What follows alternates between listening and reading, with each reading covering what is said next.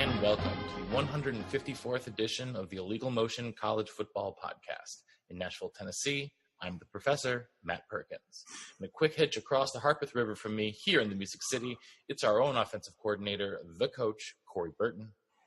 Well, what's up, guys? It's been a while, so lots to talk about today, and also the Hillwood Hilltoppers get into action. Picking back up tomorrow night, we suffered a very heartbreaking defeat last week, came up just shy of a victory, one onside kick away from really making it interesting. So we went down 49-41, which is way more points than we ever put up last year. So, but we play a rare Thursday night game this week, so I'm pumped, man. I think we're ready. Yeah, for context, what was the score when you played the same team last year, Coach? For context purposes, it was 40-0, and I'm not sure outside of recovering a fumble that we ever crossed the 50 when we were forced to do so. So big steps forward. We'd like to hear that. But we can't begin without the third amigo in the second city, a man who enjoys a good state fair. It's our intrepid blogger from Big Ten and Counting, Josh Cook. Yeah, I was just there last weekend. Not quite the weekend. We were there on a Thursday, all day, about 11 hours at the state fair. Saw the butter pigs. This is the Iowa State Fair. Yeah, it's the only state fair with a Broadway musical after it. So do I even need to say which state? No. It's the state fair.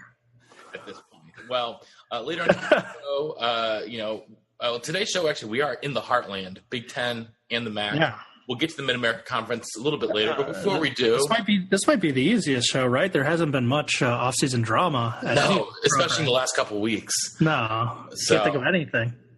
As we've done with our other previews, we're going to go alphabetical order in the divisions, and we're going to start in the east of the Big Ten. And so let's take a trip, Josh, to Bloomington, Indiana, where Tom Allen is set to begin his second season as the head coach of the Hoosiers. He is, and there's some really nice pieces back as well. They have a much easier schedule than last year, so Hoosier fans are looking to build on last year's 5-7 mark and make a bowl game. Quarterback Peyton Ramsey, he had some nice flashes as a freshman quarterback last year, filling in when Richard Legault had some injury issues. Wide receiver core looks to be explosive, one of the best in the East, quite honestly, with Luke Timian and Watt Filer coming off really good seasons. They are more than talented enough to fill in for the electric, but now NFL-bound Simmie Cobbs Jr. This group also gets back Nick Westbrook, who was projected to be honestly what Simmie Cobbs was last year, but he tore his ACL on the very first play against Ohio State last year. It really was a shame. So Westbrook is a kid that I think the entire conference, quite frankly, is rooting for. You never want to go out on the very first play of the year. The offensive line has some nice upside, and running back is deep, but they still have to find a cowbell back to really be their feature back. Their defense has to replace 8 starters, but let's not forget Tom Allen is a defensive coach. The returning 3 starters were key cogs last year. They got a grad transfer to shore up some of the defensive holes as well. The weakest part of the defense is the linebacker group, but Allen runs the 4-2-5, so that's offset a little bit. And this is because that roving 5th defensive back for Indiana, Marcelino Ball, he was banged up last year, but he's got an insanely high ceiling as a player. So I think Indiana's defense might take a little bit of a step back, but I still think they'll be a pretty good unit. The offense I'm projecting to take a step forward. All in all, I've got this team bowling. I don't think they're capable of being a dark horse, but I've got them making a bowl. I do think they're capable of really ruining one of the heavyweight seasons this year with a timely upset. Yeah, we felt like they were going to do that last year. I don't know if it was against either Michigan or a couple of other opponents, but you felt like they were really close at times last year. 2 of the last 3 have been against Michigan have been overtime affairs, so it might be appointment TV. Definitely. Well, we have to head next to one of the saddest places in all of college football right now, and that's College Park, Maryland. And we can't start any discussion about the Terrapins without recognizing the gigantic scandal that has transpired in the fallout of the tragic death of offensive lineman Jordan McNair. Now, there's not enough time in our show today to really dig deep in that topic, and anyone who follows college football obviously is well aware of everything that's happened with the suspension of DJ Durkin, the strength and conditioning coach, and what was going on there. If you have not yet read it, I cannot recommend enough the article by Adam Rittenberg and Heather Dinich at ESPN, which broke this story. The one thing I will say about this before getting to everything going on the field is that if I'm assuming that, that Dinich and Rittenberg's reporting is true. And I think that this program needs to face a punishment that hasn't been seen since the Pony Express of the SMU teams of the 1980s. What was recounted in the stories and the treatment of the players is absolutely horrific. So Matt Canada, having recently arrived from LSU as the offensive coordinator, now has quite the Herculean task in front of him just to keep this team afloat during this time.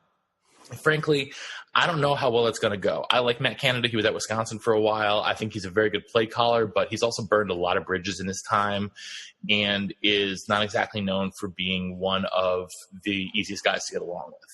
But anyway, let's move to on the field. Last season, Maryland lost their two top quarterbacks in Tyrone Pigram and Kasim Hill within the team's first 3 games. You'll remember they had that huge, magnificent upset of Texas to begin the year. That's when Pigram got hurt and Hill came in. Hill then got injured in the 3rd game of the year, and the rest of the year was Max Bortenschlager.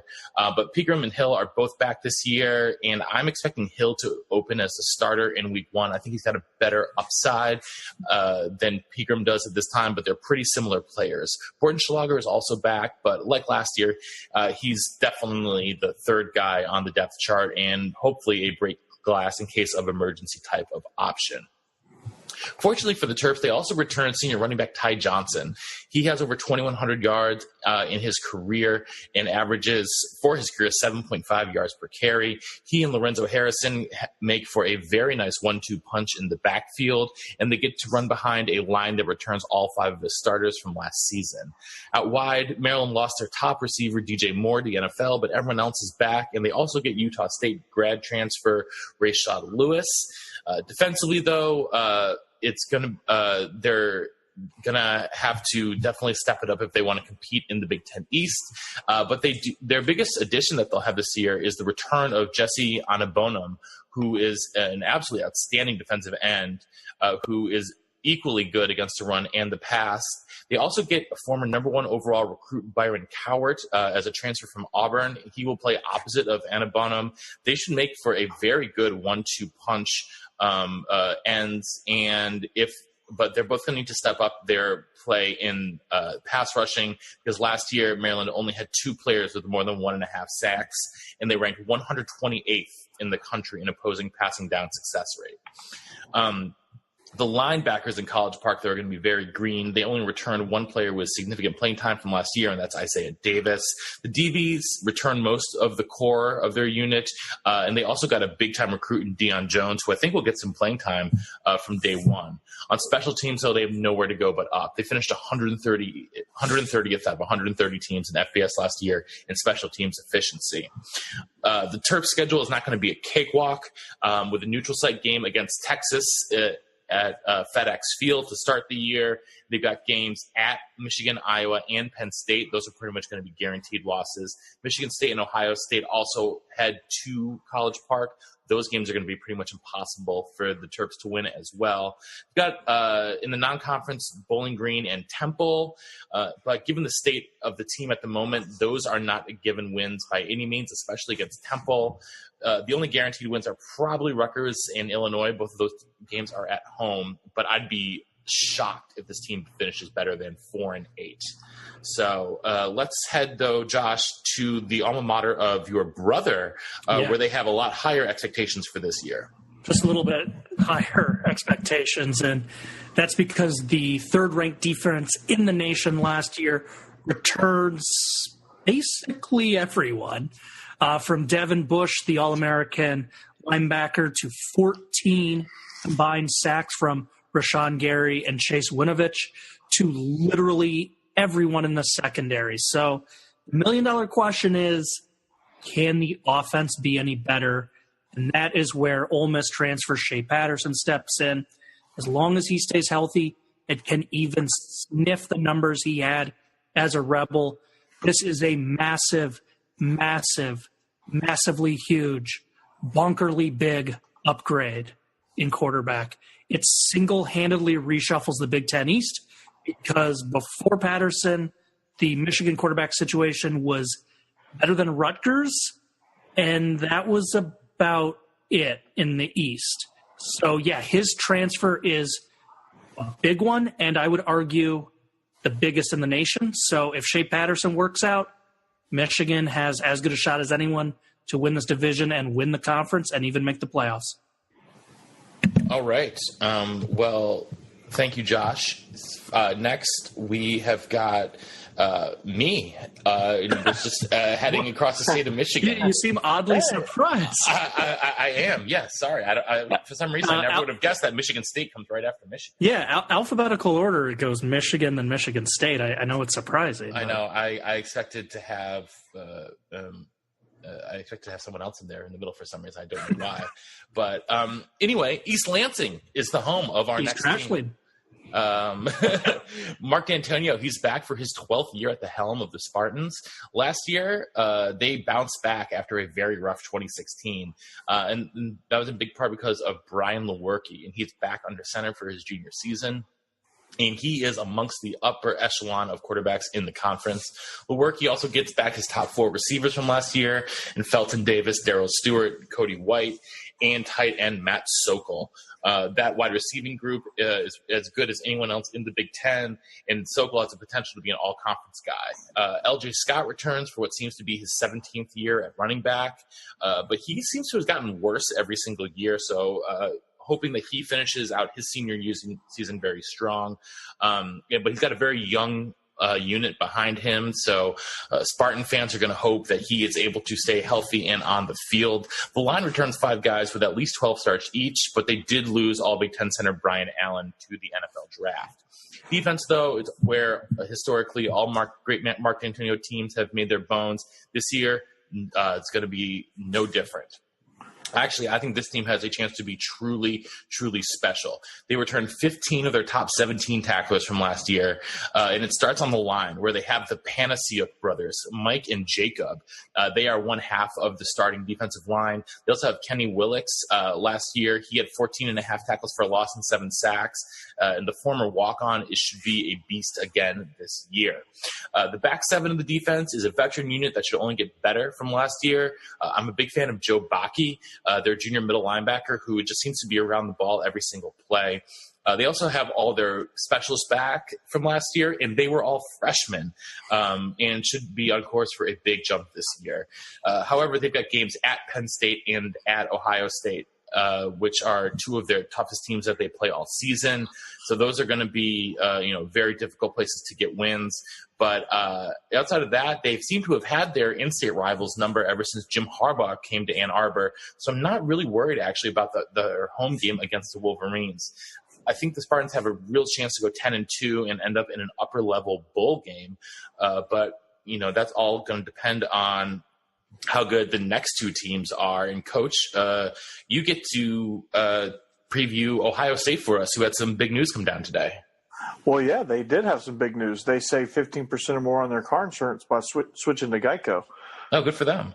Oh, also, the other story is, their head coach is suspended for the first 3 games. So, that whole thing. We could get into a whole show about the DJ Durkin situation at Maryland. We could also get into an entire show about this situation that Urban Meyer's dealing with. But the good news is we got some sort of resolution, agree with it, disagree with it, whatever the case may be, we got some resolution, and that's all that's important. So for the first 3 games, they will have an interim head coach, and that interim head coach is not Greg Schiano.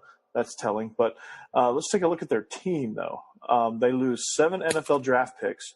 They are obviously one of the most talented teams in the country because they seem to lose more than 3 NFL draft picks every year.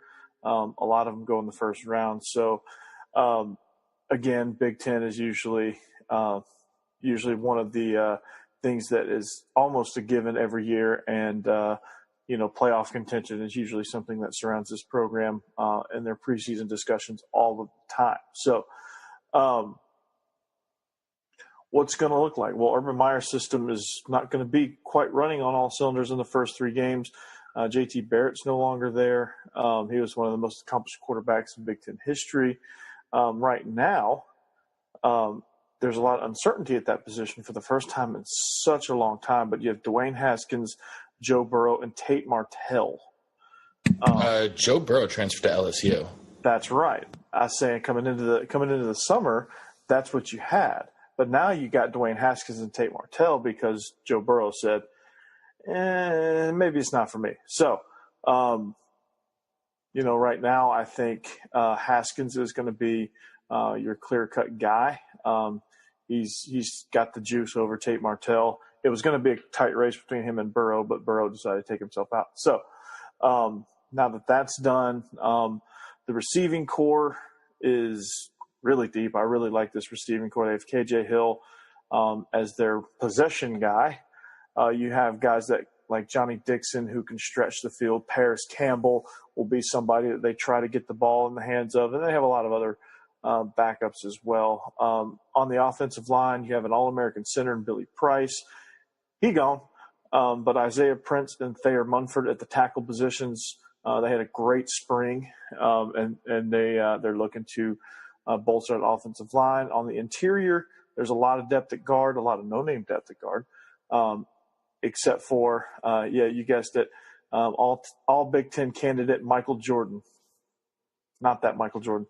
Anyway, but this offense should be clicking on all cylinders, just like most years. It'll just be kind of different looking without some of your usual suspects. And Blackman, Murfreesboro, Tennessee, Blackman High School product.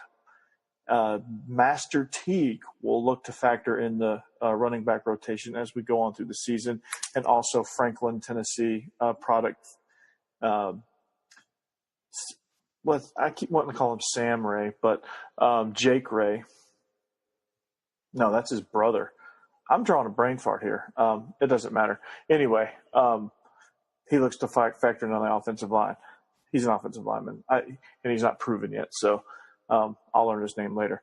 Previewing Ohio State's defense, they racked up 114 tackles for loss last season, so that's a stat that jumps out on the page at you. Nick Bosa's coming back. Chase Young is going to lock down the other end spot. Inside, you have Draymond Jones at tackle. Linebacker is not looking too good. Malik Harrison he's very, very wishy-washy, very inconsistent, but he's extremely athletic. Tough Borland suffered an Achilles injury. Justin Hilliard and Baron Browning will be also battling out to replace Tough Borland, and Tough Borland took a tough injury to his Achilles. The secondary, always rock solid at Ohio State. Denzel Ward off to the NFL draft, so filling in for him will be Jeffrey Okuda. There you go. And Sean Wade. You have Damon Arnett and Kendall Sheffield, also with a lot of experience. And at safety, of Jordan Fuller, who's going to factor in as well. And then that fourth spot, that other safety spot, is kind of that's kind of up for grabs at this moment as well. So lots of experience back there, lots of potential. There's no reason for me to believe that their secondary can't be great. So what's going to happen? Well, they're going to have to make it through the first 3 games.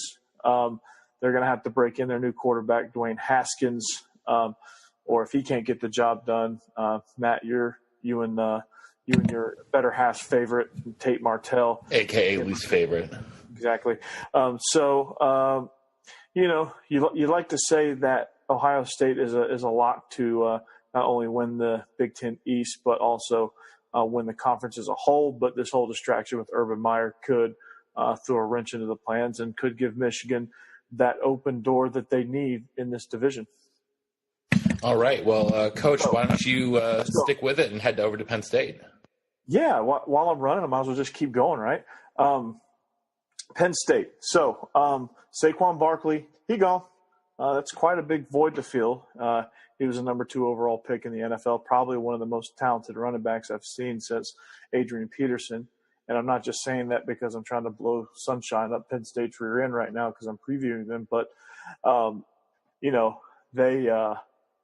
they lost Saquon Barkley. And in years past, that would be a huge loss, and that would probably set them back a couple of years in rebuild mode. But James Franklin, one thing that he's really good at, because he's a good salesman, he can recruit well, and that should pay off here. And that's going to be good for them. So Trace McSorley, he will continue to keep that Nittany Lion offense going. So again, he led the Big Ten in passing at 274.6 yards per game. He's coming back for a senior year, of course. His average per completion declined from 16 to 12 yards. That also increased his completion rate from 57% to 66%. So that tells me one thing: he's more efficient. Okay. He has wideout Jawan Johnson, a huge target, 6'4", 230 pounds, to go up and get the ball. He finished second on the team last year with 54 catches and just over 700 yards. He has in the backfield, replacing Saquon Barkley, the guy that gets that tough job is Miles Sanders. He's a junior. In his first 2 seasons, he averaged 6.7 yards per carry on just 56 carries. He's not going to account for as much production as Barkley did. They're going to look offensively to be able to spread it around just a little bit more.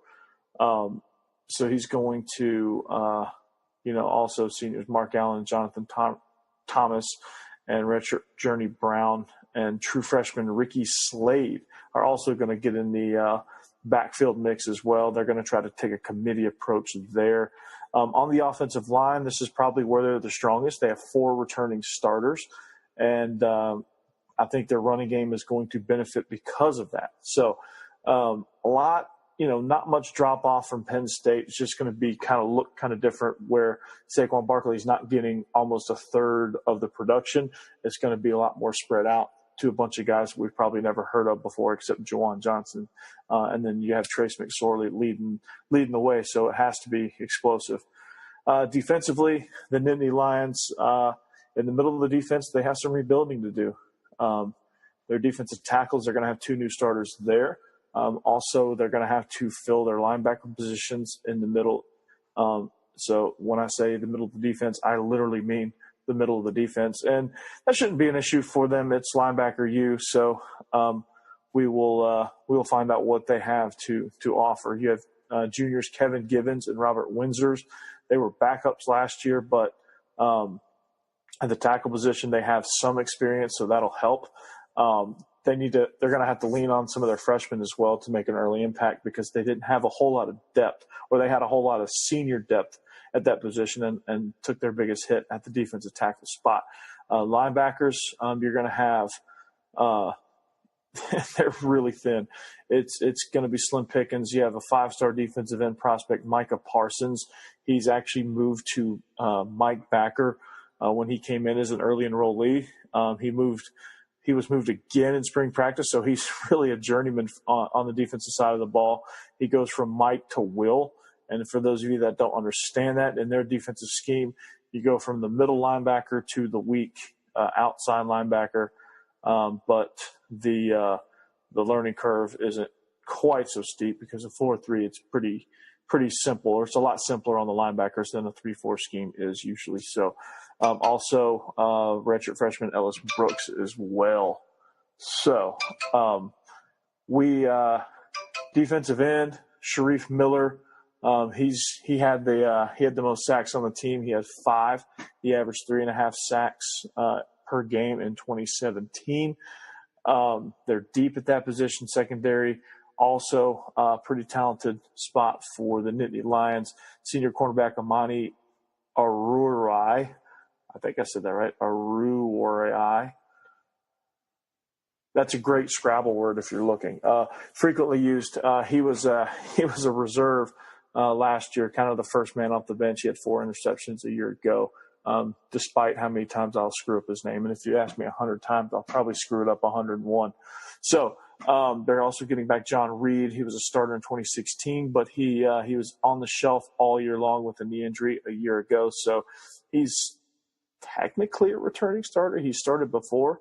So that kind of falls in that weird category there. So what's it going to look like? Well, they're going to finish right on the doorstep. They have a chance this year because of everything that's going on over in Columbus. It's going to be between them and Michigan to see who can have a chance to knock off Ohio State. Their ceiling is a New Year's Six bowl berth. Their floor is the Citrus Bowl, not Citrus Bowl, whatever the other one is that hosts the Big Ten there in Orlando, or maybe Tampa. Outback One? Cap One, is that still a thing? Cap One, Outback Bowl. There's so many of them that I get them all. They all run together. But I'm thinking like their floor is the Outback Bowl. Like absolute worst case scenario, they're playing Kentucky in the Outback Bowl. All right. Well, that is if Kentucky makes it. Well, from there, guys, we get to head to Rutgers. Yes, Rutgers, my dear father's alma mater. And without a doubt, the black sheep of the Big Ten. Chris Ash is here for his 3rd season, and the team has taken baby steps forward in his first 2. Ash came, think of where they were coming from. Ash came into East Rutherford after being the defensive coordinator at both Ohio State and Wisconsin, and his defenses have definitely been far better than his offensive so far for the Scarlet Knights. Things were never going to be, all rosy this season, but it got even worse when earlier today, 8 players were indicted for various criminal charges, including conspiracy to commit theft by deception, promoting organized street crime, money laundering, and fraudulent use of credit cards. Sounds like a lot of fun. While none of New Jersey, baby. Yeah, well, none of these 8 guys were expected to be real contributors this year. It's still a black mark on the program as a whole. Lack of institutional control.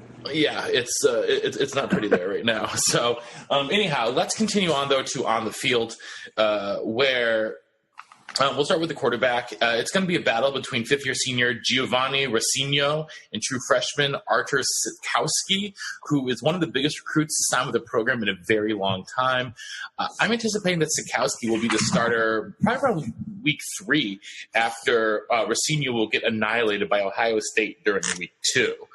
I am, though, a fan of their running back, Raheem Blackshear. He averaged 6.1 yards per carry last year, but the wide receiver and OL offensive line groups are both very young, and they're starting pretty much all underclassmen. So it's going to be a mixed bag at best from what you get from those 2 units.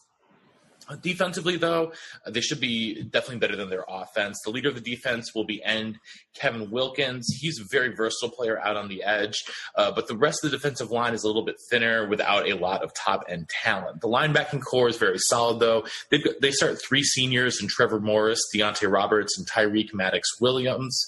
And the Scarlet Knights also get 4 of their top defensive backs back from last year in corners Damon Hayes, Isaiah Wharton, Blasuan Austin, and safety Saquon Hampton. The DB should be the strength of the defense. It's definitely going to be tough to pass on Rutgers this year, but their run defense may leave something to be desired. The schedule, though, does not set up actually that badly for Rutgers, with winnable games at home against Texas State, Buffalo, and Illinois, as well as a road trip to Lawrence, Kansas, where they get to take on the Jayhawks in a battle for the worst team in the Power 5 non-Oregon State division. They also play at Maryland, which was that a new division in your updated college football conferences that we did in the summer? Yes, it was. I don't know if you remember that or not. They also get to play Maryland, which at this point, given the state of that program, that could be a win as well.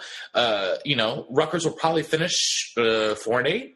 But it wouldn't surprise me to see him go 5-7, and maybe if Sikowski is the real deal at quarterback, they could push for a bowl game. But I think that's being very optimistic and seeing it with scarlet-colored glasses. So, Josh, why don't you give me your East worst to first before we head on to the West?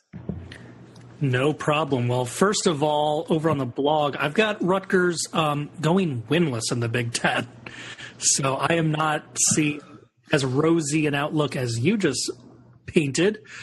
I'm a little biased, though. Obviously, Yeah. You know, my dad's an alum, and I'm gonna have a soft spot for them, even if they are terrible. Yeah, I know. But so I got Rutgers finishing 7th. I got Maryland 6th. Prior to all that Durkin stuff, I kind of liked aspects of this team.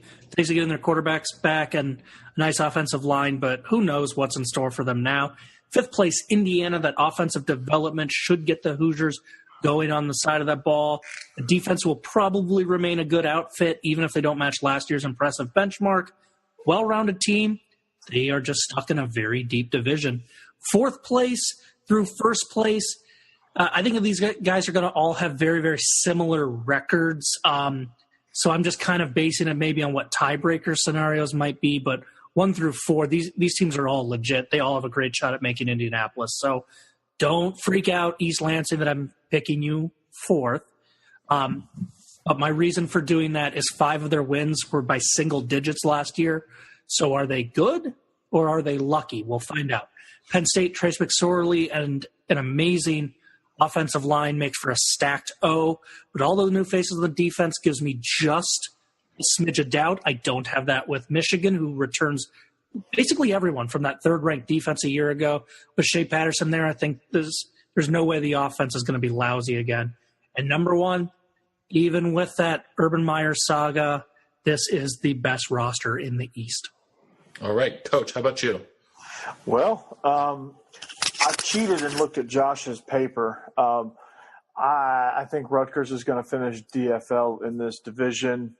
Just not a whole lot of talent in a very extremely talented division. Maryland, I would have picked them higher because I kind of like the direction they were starting to go, but this bombshell that happened in July does not help their case, but they are better, more talented than Rutgers, so they will not finish dead last. Indiana just unfortunately in a tough division. Michigan State coming in the same fate as Indiana. They're just not talented enough in a extremely talented division. Penn State has a legitimate shot with Trace McSorley and Jawan James and that whole crew and that whole stable of running backs by committee. But I think they're going to finish 3rd by a loss to Michigan and Shea Patterson because I think Michigan has the best chance of knocking off Ohio State because I think they're the closest to Ohio State talent-wise. They just kind of find some way to drop an important game at some point that they'll finish just shy of the division, but they will beat everybody else and get a great bowl game. They'll falter at Ohio. They'll falter against Ohio State, and then they'll lose some other game. But they'll beat Penn State and have some weird tiebreaker to where they get the better bowl game. And then, of course, Ohio State, just for the sheer fact that that's just turned into a factory in which they just reload. And honestly, I could go up there and coach the Buckeyes this year and step in there right now and probably win the division because that team kind of runs itself, honestly. And when Urban Meyer gets back after week 3, after the first 3 cupcakes that they face, nothing will be different. They'll run roughshod over the conference when he's back, and that's just kind of what I feel like is going to happen, at least in this division. All right. Well, I've got a little bit different than you guys. I've got Maryland finishing dead last. Just because of everything that's going on with their program. Rutgers finishing 6th, Indiana 5th. Matt, Rutgers is going to average like 13.5 points per game. Well, this is it's what I'm saying. It's what I'm going with. So I know. Deal with it. I was giving you an opportunity to change it. No, I'm not. And this also might be a little controversial. Coming in 4th, I've got Michigan. And that is not I'm not trying to say that as a diss to Michigan. I just happen to like Penn State more than them, who I have finishing third. I really like Trace McSorley on that offense, but I love Michigan State this year. I've got them finishing second to Ohio State. I think this year Michigan State has the best defense in the conference. I think there's a shot that 1 through 4 in the East all go like 7-2 in the Big Ten. That would not surprise me at all. But Ohio State, again, just a cut above the rest when it comes to talent. So let's head over then to the West, where, Coach, you're going to start with Lovie Smith down in Champaign. Ooh, Lovie Smith.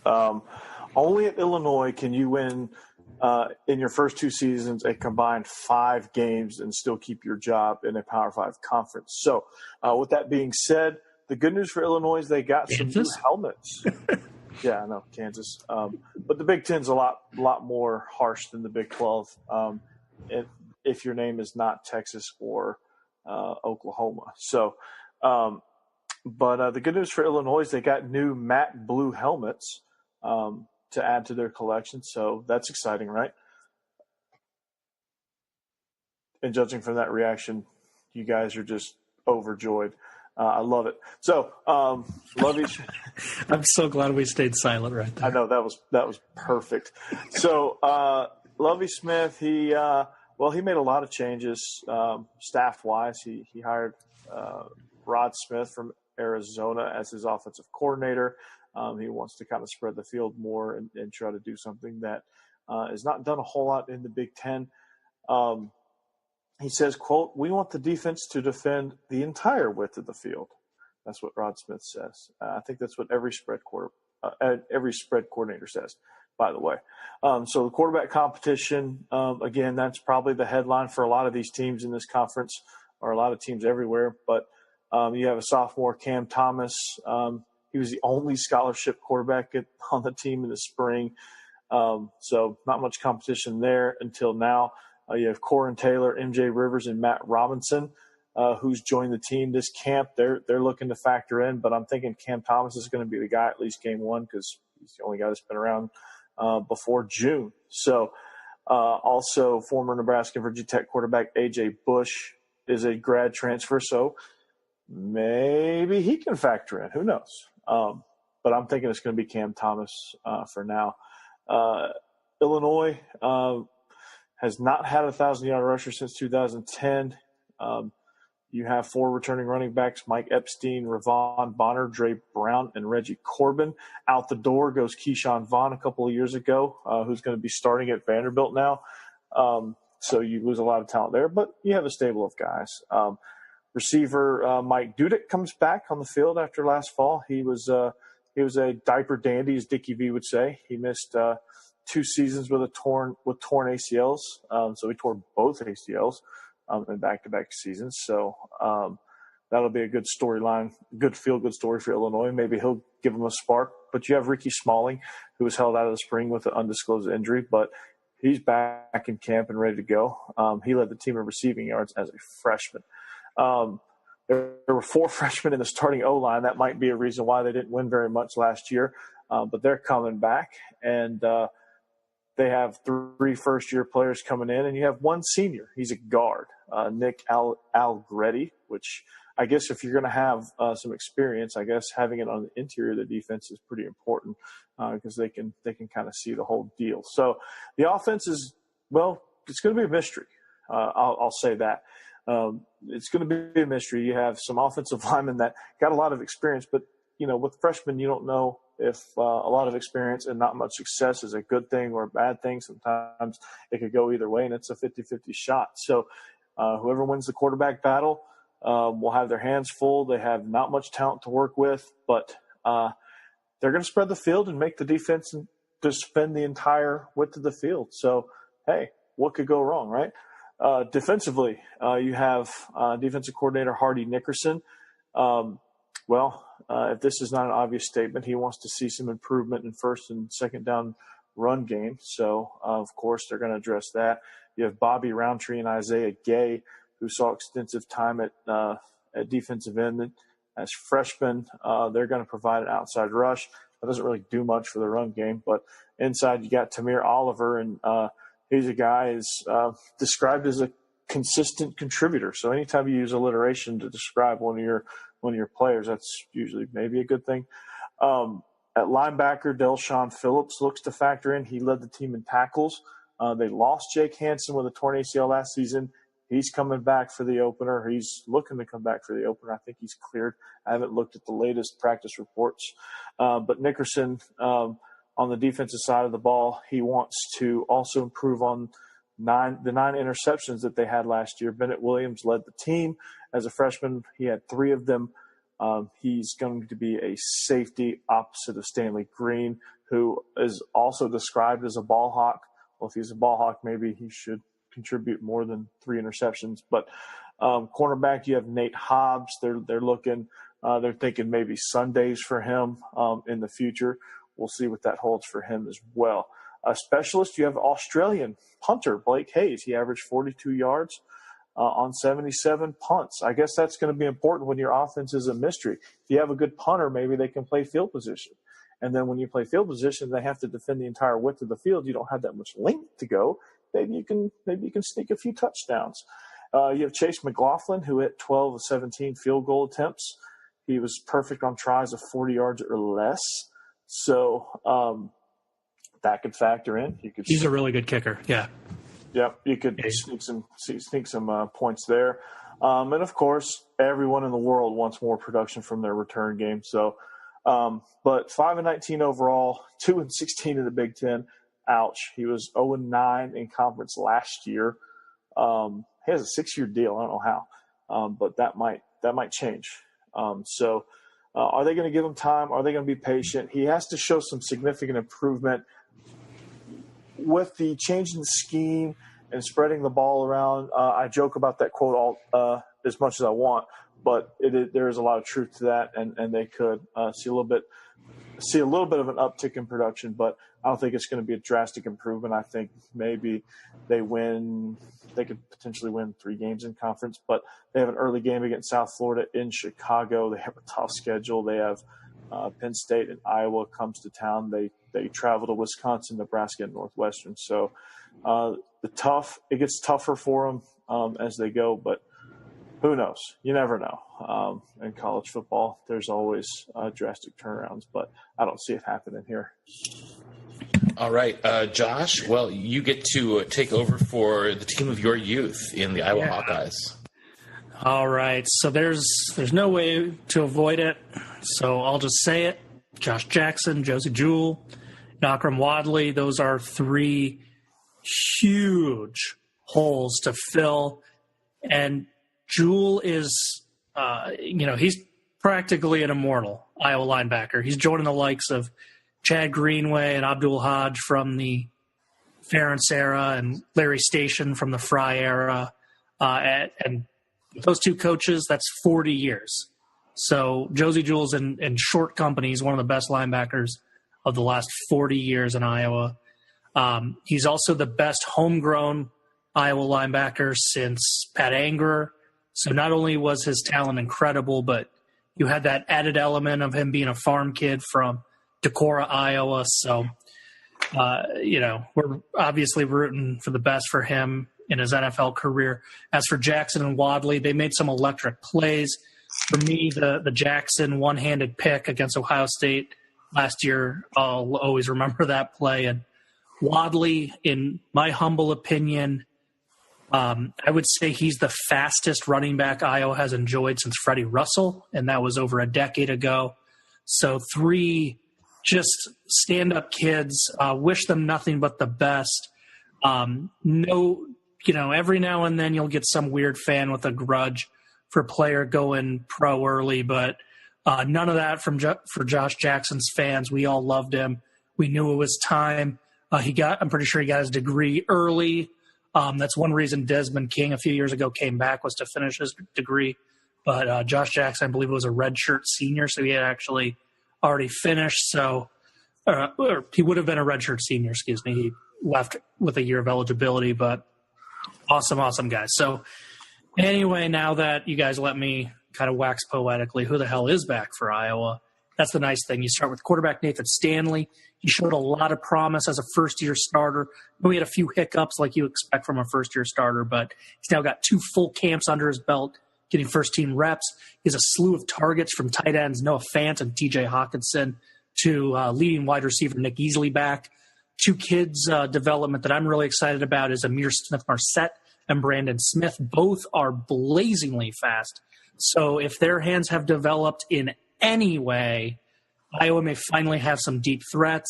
The line also returns 3 starters, including both tackles. So hopefully the new faces gel, and Iowa can have one of the better O-lines in the league again. As for defense, the D-line is probably the best in the East, and they have a chance to be the best in the conference if it all works out the way Iowa fans are hoping. That's because the talent is back, including A.J. Epinesa and Parker Hesse. Both can do some serious damage to the quarterback. The secondary also has a lot of upside despite Jackson's departure to the NFL. All 3 linebackers are going to be new, and there really isn't a ton of experience out of special teams or reserve duty, but Armani Jones is a guy to keep an eye on. He really competed hard for a starting position last year, almost won that job, so people are projecting him to be poised for a breakout season. This team is just top to bottom really good. They might not be there with Wisconsin, but I'm expecting them to win at least 8 games. I'd be a little disappointed if they slide back from that mark. All right. Well, Josh, I think you get to keep this train rolling now and head up just north of the border to Minnesota, who just named a starting quarterback. I will. Well, I'll talk about their quarterback situation because that's a little bit of a roundabout story. So I'm gonna talk about the good things PJ Fleck has going for his second year in the Twin Cities. An already rock-solid secondary gets even better thanks to safety Antoine Winfield Jr. He's back from injury, missed all of last year. Carter Coughlin's back. He's a great pass rusher. They get a lot of other talented pieces back on defense. So I think the Gophers are going to be very stout on that side of the ball. Rodney Smith, he's an absolute beast at running back. Seth Green is an athletic freak that went from quarterback to tight end. They love his just his size, athleticism, speed, everything. And his acting ability, too. Yeah. I think that if you're looking for a comparison, I think Minnesota's hoping to get kind of their own version of Noah Fant. The wide receiver group is all right. It's really tough to know. The passing game was an uphill struggle last year, so none of their numbers really jumped out at you. But the biggest thing to know, like you mentioned, Matt and Coach, an absolute odyssey. Find a starting quarterback this year. So just to quickly recap, Connor Rhoda, he graduated, and Demery Croft, who I thought had some nice flashes last year. He's a really good mobile quarterback, helped win the Nebraska game by just running all over the Black Shirts. He transferred. So that left the roster with 0 attempted passes. Then they had a JUCO transfer that, he realized in camp that, no, he was not going to be Minnesota's starting quarterback. In fact, I think he realized, I don't think I can be a D1 quarterback. So he transferred back to JUCO to become better at being a linebacker. So that left a pretty... He couldn't row the boat. Yeah. That left a really small competition in camp, but Zach Annexstad, he won the job. He's listed as a walk-on. That's kind of a little misleading. I think he will get a scholarship for next year because he did get some offers late. He also had a nice prep career at IMG Academy, but this is still one of the worst quarterback situations to be in right now in terms of lack of experience and lack of depth in this league, maybe even nationally for a power conference. It's really weird to go through what Minnesota did for this camp to finally get a true freshman walk-on quarterback to be their starter.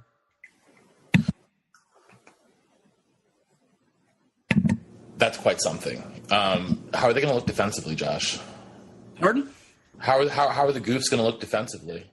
That's going to be their bread and butter. I think if Minnesota's competitive, they're going to be winning a lot of games 17-10. They have shades of what Michigan was last year, quite honestly. All right. Well, Coach, next we're going to head to Nebraska, who got the biggest coaching hire in the entire country this past year when they brought in national champion Scott Frost.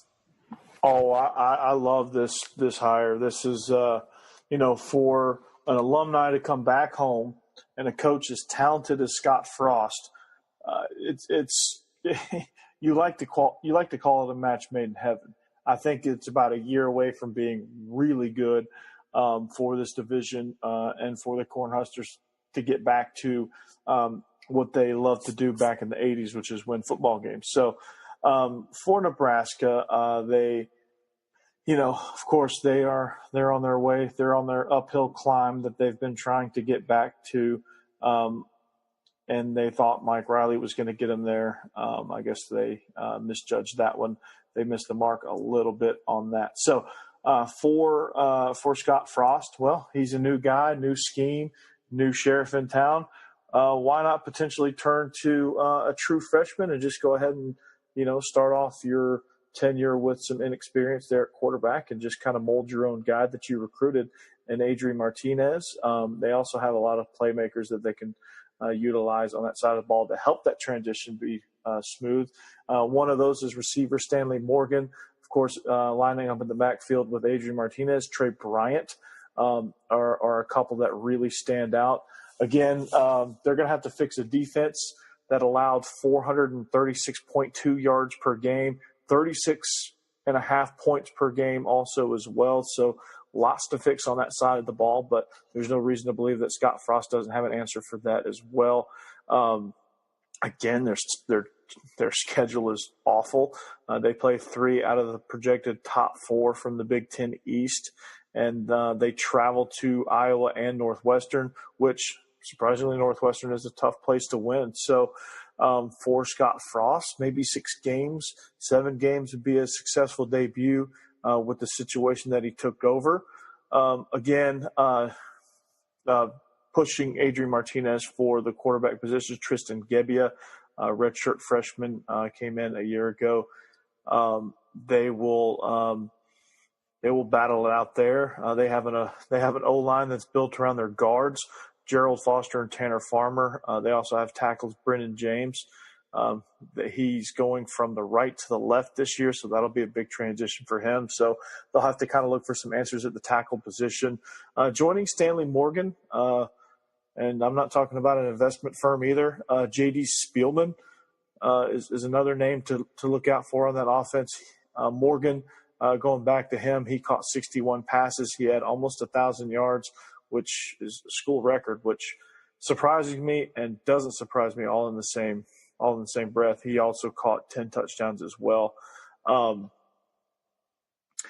will line up at times in what's called the duck R position, which is a combination of running back and receiver. So you have to think that J.D. Spielman's going to get a lot of jet sweeps, a lot of quick screens, things like that. And if you watch our offense at Hillwood, that's kind of what a kid by the name of Eric Kennard does for us. He's kind of that. If I had to define a duck R position for Hillwood, it would be Eric Kennard and somebody hopefully who just actually got a call from FIU last week after a 200-yard performance. So on a side note, that's pretty awesome. Nebraska is going to have to increase their explosive plays in the running game. They had 10 rushes of over 20 or more yards last season. Hopefully that'll change as well. Defensively, where do we start? Eric, you don't have one. Yeah, That's exactly. Well, so why not keep the same scheme? They'll still line up in that 3-4 base. New defensive coordinator Eric Cheander, his motto is no fear of failure, just let it loose. So they're just going to let it loose. They're going to be aggressive. They're going to attack. They're say, well, if we're going to give up that many yards and that many points per game, why not just do it aggressively?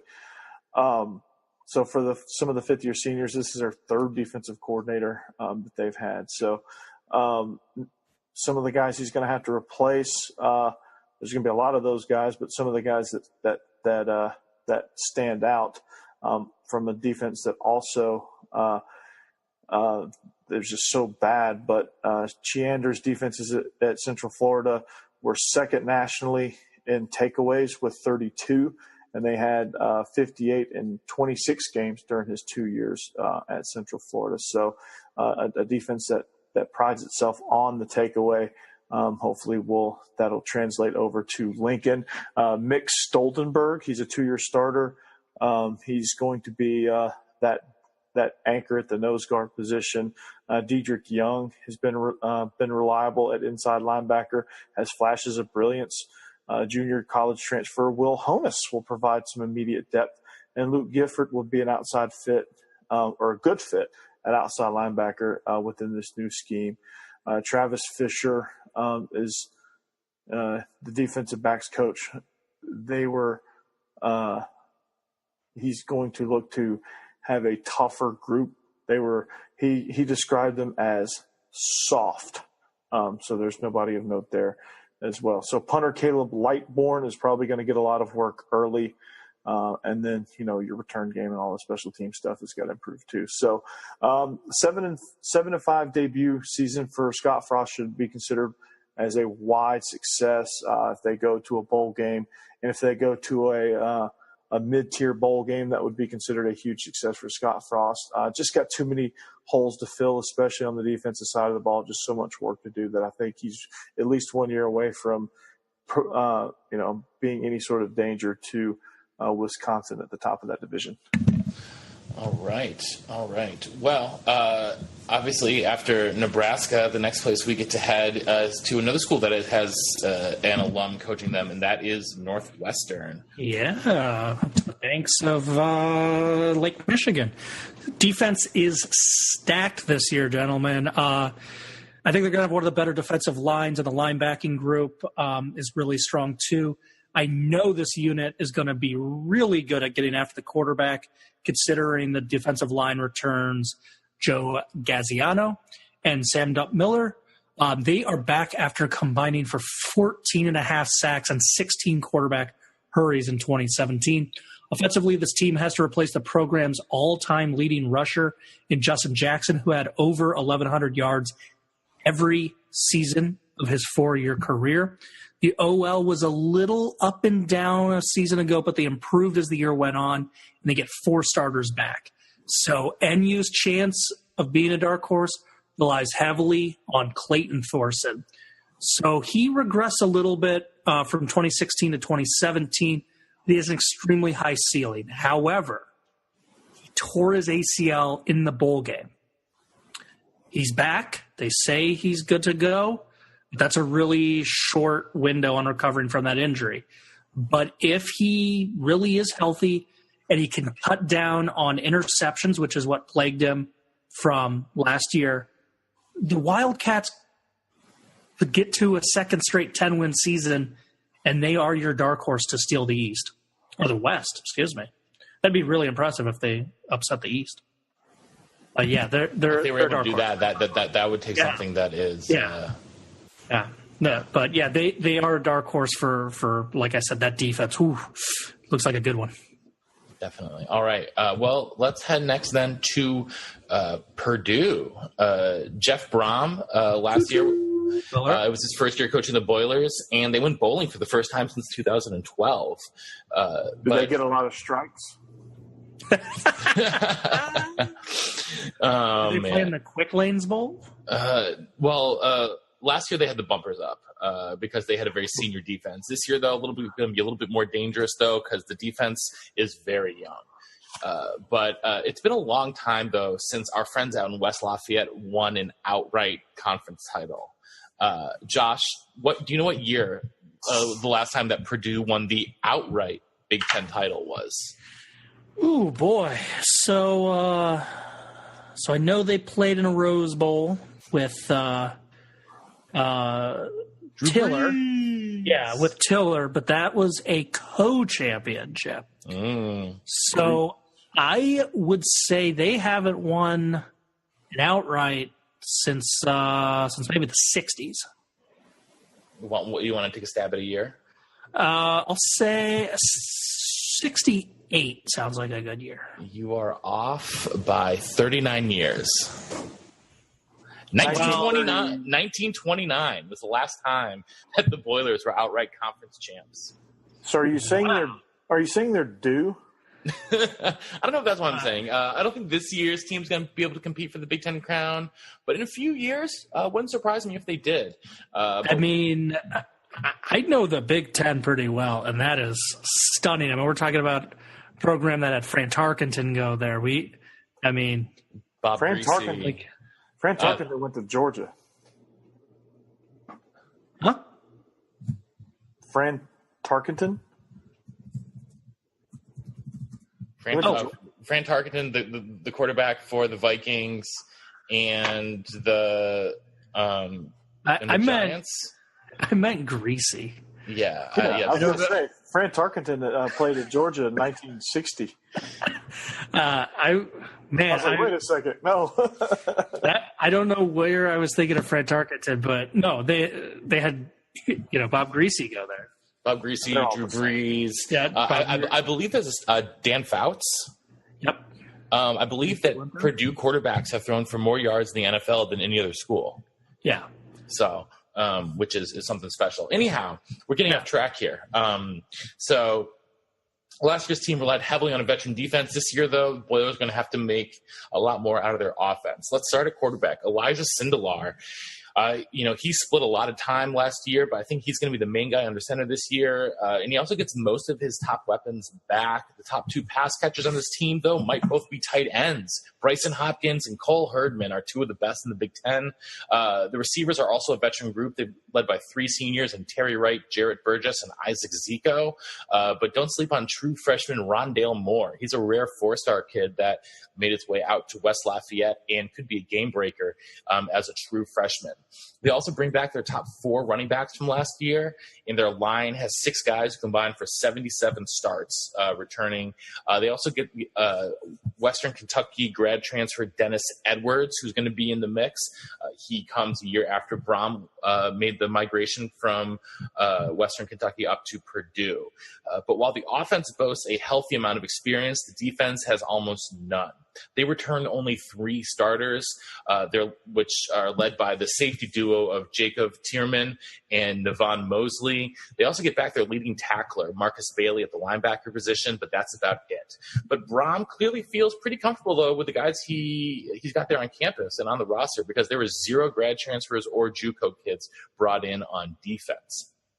Purdue opens with Northwestern at home, which I'm not going to lie, that feels really weird still. I don't like Big Ten League games during the first couple weeks of the season, but after they start with the Cats, they get three non-conference home games against Eastern Michigan, Mizzou, and Boston College. The latter two are going to be very tough tests. We've already talked about Mizzou and BC in previous preview podcasts, but they get two of their top three toughest opponents for the rest of the year at home in Ohio State and Wisconsin.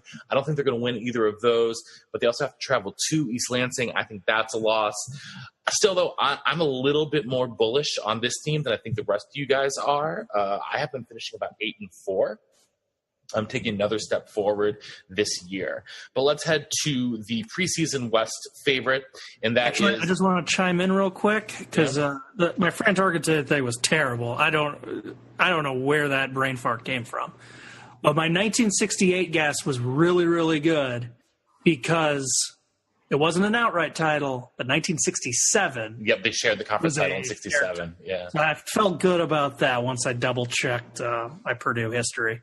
Well, if it makes you feel any better, Josh, I couldn't think of the name of a kid that I actually coach in a camp organization called National Playmakers Academy. That's Max Ray.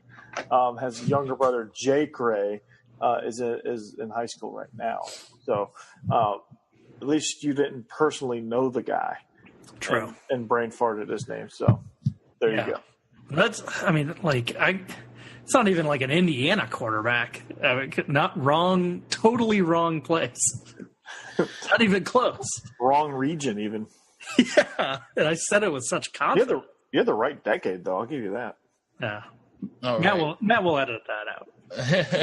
Well, no, I'm probably going to leave that one in, quite frankly. Thank you for that. Yeah, you're welcome. That's what I'm here All for. All right, talk about Bucky. Let's go. Let's talk about Bucky. The preseason favorites in the West come into the season matching their highest preseason AP poll ranking ever, number 4, and for good reason. Let's start on the offense. They bring back literally everyone except for all-conference tight end Troy Fumagalli. But the entire the offensive line, though, is where this team is going to make their hay. They have 4 guys that are potential first-round draft picks over the next 2 drafts. There's a wide receiver they're not bringing back. Well, we'll get to that in a second. Yeah. But they're top. But they're bringing back all their starting offensive linemen with a little bit of shuffling around, though. Michael Dieter is going to move from left tackle to left guard, which is a more natural position for him.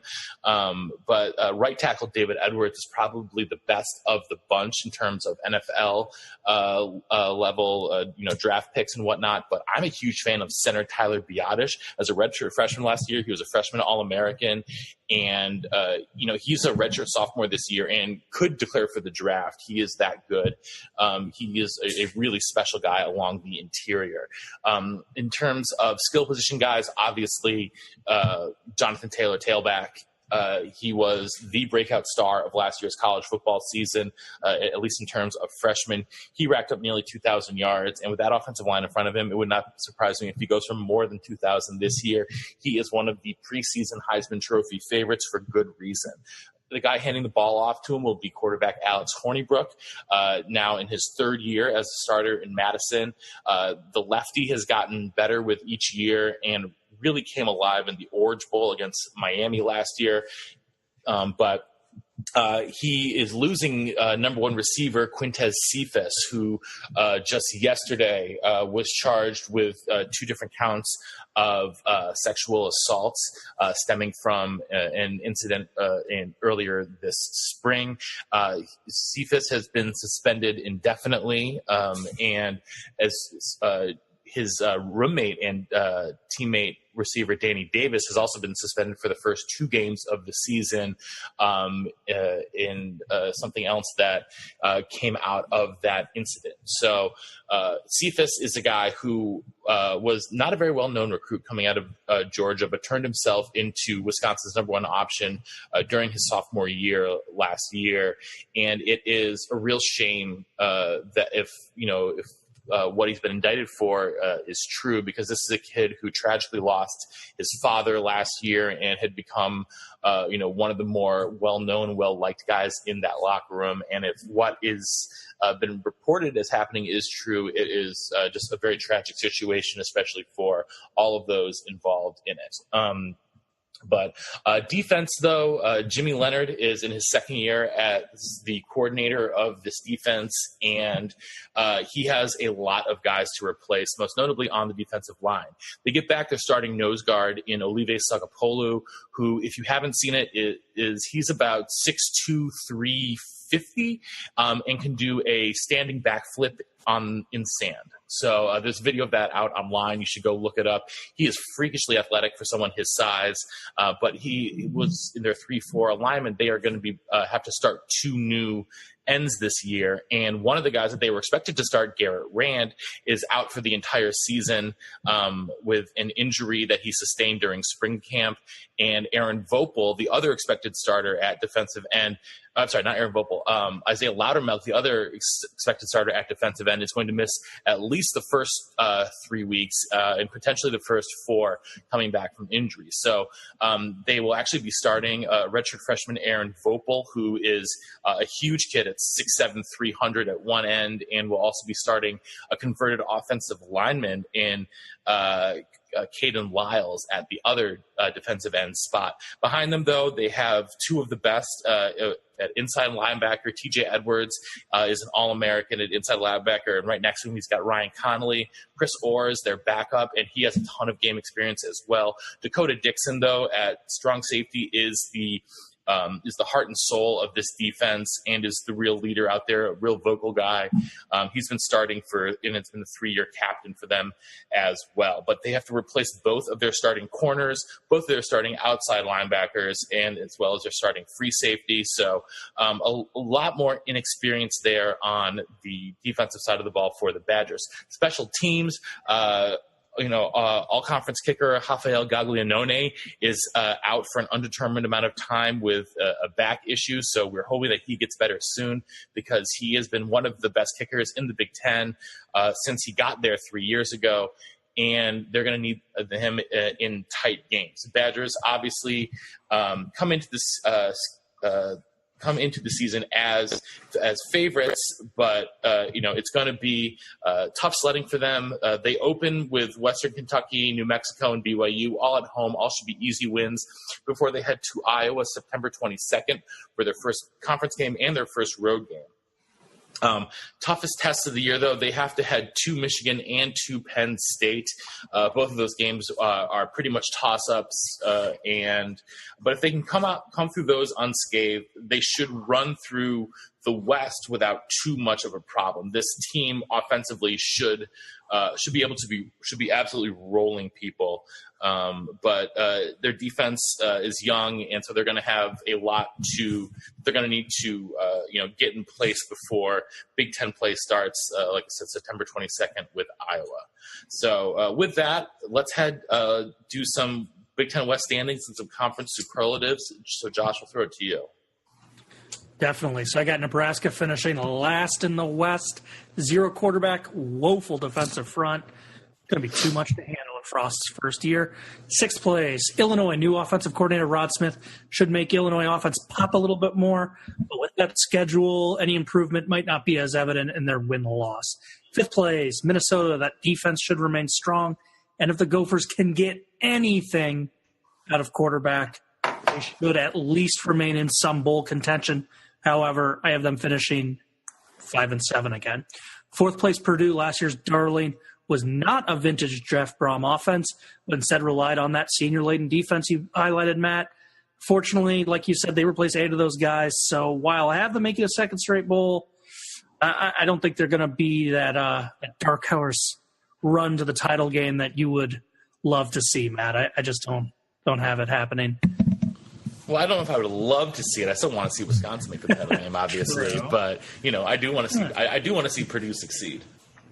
Okay, I don't. 3rd place, Northwestern. Love the pieces back they have on defense, and offense has some potential, but replacing Justin Jackson's no cakewalk, and all of Northwestern's potential feels like it really, really rests on Clayton Thorson's health. 2nd place, my Hawkeyes. Lots to love about this team's passing game potential. They have the ability to compete against anybody in the nation along both lines. I truly believe that. Now, do they have the linebacking and rushing games to steal the division from Wisconsin? We'll find out. That's why we have to play the games.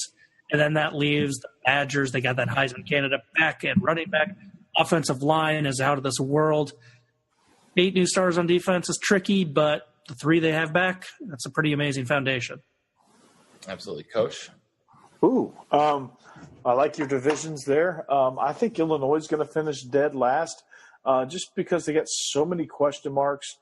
They got a brand-new offensive coordinator who will make the offense pop a little bit more. But, again, like some other teams, he's a year away from really doing anything significant enough to get them out of last place. Next to last place, you guessed it, the Goofs. They're going to have a formidable defense, but there's just so many question marks there. I just think that they're just going to kind of falter down the stretch there. Too many talented teams and talented coaches in front of them. One of those is the Nebraska Cornhuskers. Even though they've got a lot of questions and lack of experience at the quarterback position, I think Scott Frost is talented enough to finish 5th in this division this year, if not better. So scheme-wise, I think they will buy a few wins there. 4th is going to be Purdue. Jeff Brom is an equally talented coach as Scott Frost, and he had them bowling last year at Lanes, Trains, and Automobiles. So they're going to get an upgrade there. They're going to finish fourth in division, and they're going to go bowling again in search of their first turkey. Third place, defense wins championships, but not quite in this division, although it's going to be good enough for third place for Northwestern. They've got some potential fireworks on the offensive side of the ball, but they're going to make their hay defensively, which is a Pat Fitzgerald staple. Iowa's going to be runner-up again, extremely talented, like what they got, especially with Stanley at quarterback. And I think it's going to be another good year in Iowa. But I just think right now that Wisconsin's still the king of this division. I was watching some clips from Wisconsin's training camp this year, and Alex Hornibrook has actually got some more zip on his ball. I know, Matt, you like to hammer his arm strength, but he's got more zip on it this year. And, of course, you know, you're always a contender, title contender when you have Jonathan Taylor tailback to hand the ball off to. When it's third and long, Wisconsin loves running power. That's their favorite pass play is power. So when you have Jonathan Taylor tailback, makes it easier. So I like the Badgers to win the division. All right. Well, Coach, I'm with you for the most part. Illinois finishing dead last. I still don't see enough talent there to really make any sort of breakthrough. I've got Minnesota coming in sixth because they're like Josh said, they've got a good defense, but their quarterback situation is pathetic to say the least. Nebraska, I've got finishing fifth. I agree. They're still a year or two away from really making some noise, but I don't see them losing to the likes of Illinois this year. So they have no defense. They got zero defense. I mean they're going to score, and they're going to score. With what? They don't have a quarterback. Okay. We'll see. We'll see when. Let's put it this way: I have much more faith in Scott Frost than I do PJ Fleck. Much more. Oh faith. My God! I mean, those are fighting words to the good people of Minnesota. And I just want to say for any Minnesota listeners that want to rag on me because I'm a Iowa homer and a Wisconsin alum, I'm the only co-host on this show that has not called them the Goofs. So until now, until you just said, hey, you know that whole saying, "When in Rome." Yeah. This surprised me when I was putting it together. Maybe it's just because I'm so bullish on Purdue. I've got Iowa finishing fourth in the West this year. I love Nate Stanley, but I don't really have a whole lot of faith in the rest of in the running backs or receivers on that team outside of Noah Fant. And defensively, they're losing a lot, and they got to show me the back seven of the defense has to really show me something before I'm going to believe in them. I like Purdue. I like them to finish third. I've got Northwestern finishing second. I honestly have no idea why I have Northwestern finishing second. It just feels like one of those things this year, but I think all those teams are cut below Wisconsin, even with the suspension to Cephas and the injuries to some of their defensive line. I still think that they are head and shoulders above the rest of the West. So we've all got Ohio State versus Wisconsin in the Big Ten title game. Josh, who do you have as your Big Ten champ? They had them on the ropes last year. I think Wisconsin gets the job done. Coach? Just for fun and just because I want it to happen, I want Jonathan Taylor tailback to run a roughshod over the Buckeye defense. So I'm taking Wisconsin just because I want it to happen. I'm obviously taking Wisconsin over Ohio State here. I also, for one of the many reasons though, is that it's not just because of my own fandom there, but also because I think that this Wisconsin offense could be historically great. So even with the suspension of Cephas, they still bring back a bunch of super talented receivers. A.J. Taylor, Danny Davis after he gets back from his 2-game suspension, and he was hurt the last 5 games last year. Anyway. Yeah, Cephas was out the last 5 games last year. Yeah, I mean, the passing game got better without him. And Kendrick Pryor stepped in and looked fantastic. I'm also really excited for redshirt freshman tight end Jake Ferguson. He's athletic director Barry Alvarez's grandson, and he is an athletic freak. He's gonna. I don't think he'll be starting in Fumigali's role. That should be junior Kyle Peniston, but he's gonna get a lot of playing time, and he's gonna be good for at least one crazy catch per game. So I expect to see a lot out of that. Conference offensive player of the year, Josh. JT. Coach. It's going to be JT with Shea Patterson finishing in close second. All right. I've also got JTT going there as well. Defensive player of the year, Josh. Going with Devin Bush, linebacker at Michigan. And honestly, I just think the Bosa family, their tweets are abhorrent. And the current Bosa schlub headbutted Nathan Stanley a year ago and then acted like a little crybaby when he rightfully got tossed from the game. So, look, Bush and Bosa are both amazing talents, but I'm biased. I'd rather have Bush on my team. So. Yeah, I'm going with my heart, not my head, maybe. Coach, it's got to be Devin Bush. Oh, I disagree. I'm taking someone else on that Michigan team. I'm taking Rashawn Gary as my defensive player of the year. That's a good choice. I mean, you can't go wrong with most of the guys from that Michigan team.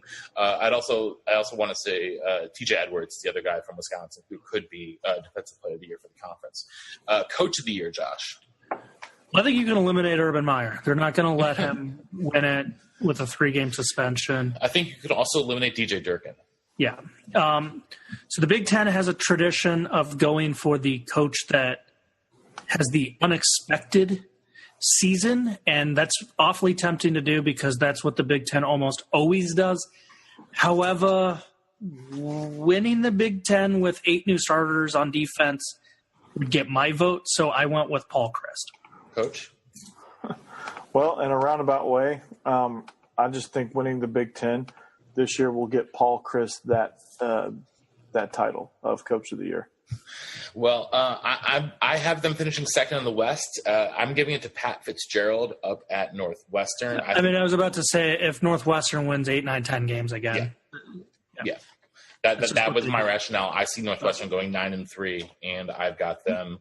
So I've got Pat Fitzgerald winning as Coach of the Year. Josh, I know you sit out Rookie of the Year. Do you have an idea, though, for the Big Ten, the conference you're most tied into, Rookie of the Year? No, I don't care. Okay, Coach? I'm going to go Adrian Martinez. Ooh, interesting. I'm going Shea Patterson because I think that's. See, I'm picking freshmen. I always pick freshmen, but yeah, if you consider him a conference rookie, yes, Shea Patterson. But I'm gonna go to freshman of the year, true rookie of the year in Adrian Martinez. Oh, okay. Finally, first coach fired. Durkin probably, but for on-field performance, Lovie Smith and Chris Ash, they have hot seats regardless of what their athletic directors say. Yeah, Coach. Yeah, I would agree. Yeah, I mean it's DJ Durkin for obvious reasons, and then if we're excluding him, and obviously with the news today, Meyer's not going to be fired. It's got to be. I would say Chris Ash before Lovie because I would say Lovie before Chris Ash, but I think they're going to be more patient since they gave him a 6-year deal. They're going to be slightly more patient with him.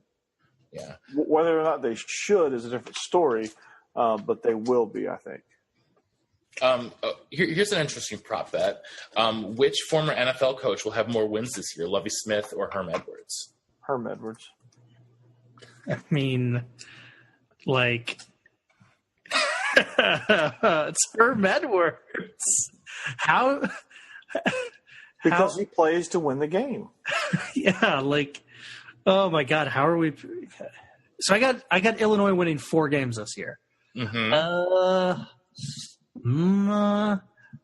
I'm going to go on a limb, and I'll be true blue Big Ten homer and go with Lovie Smith. Go with Lovie. All right. Well, we'll be back after a short break to preview the Mid-America Conference. So stick with us. We will be right back. We're going to be the Mac Daddies next.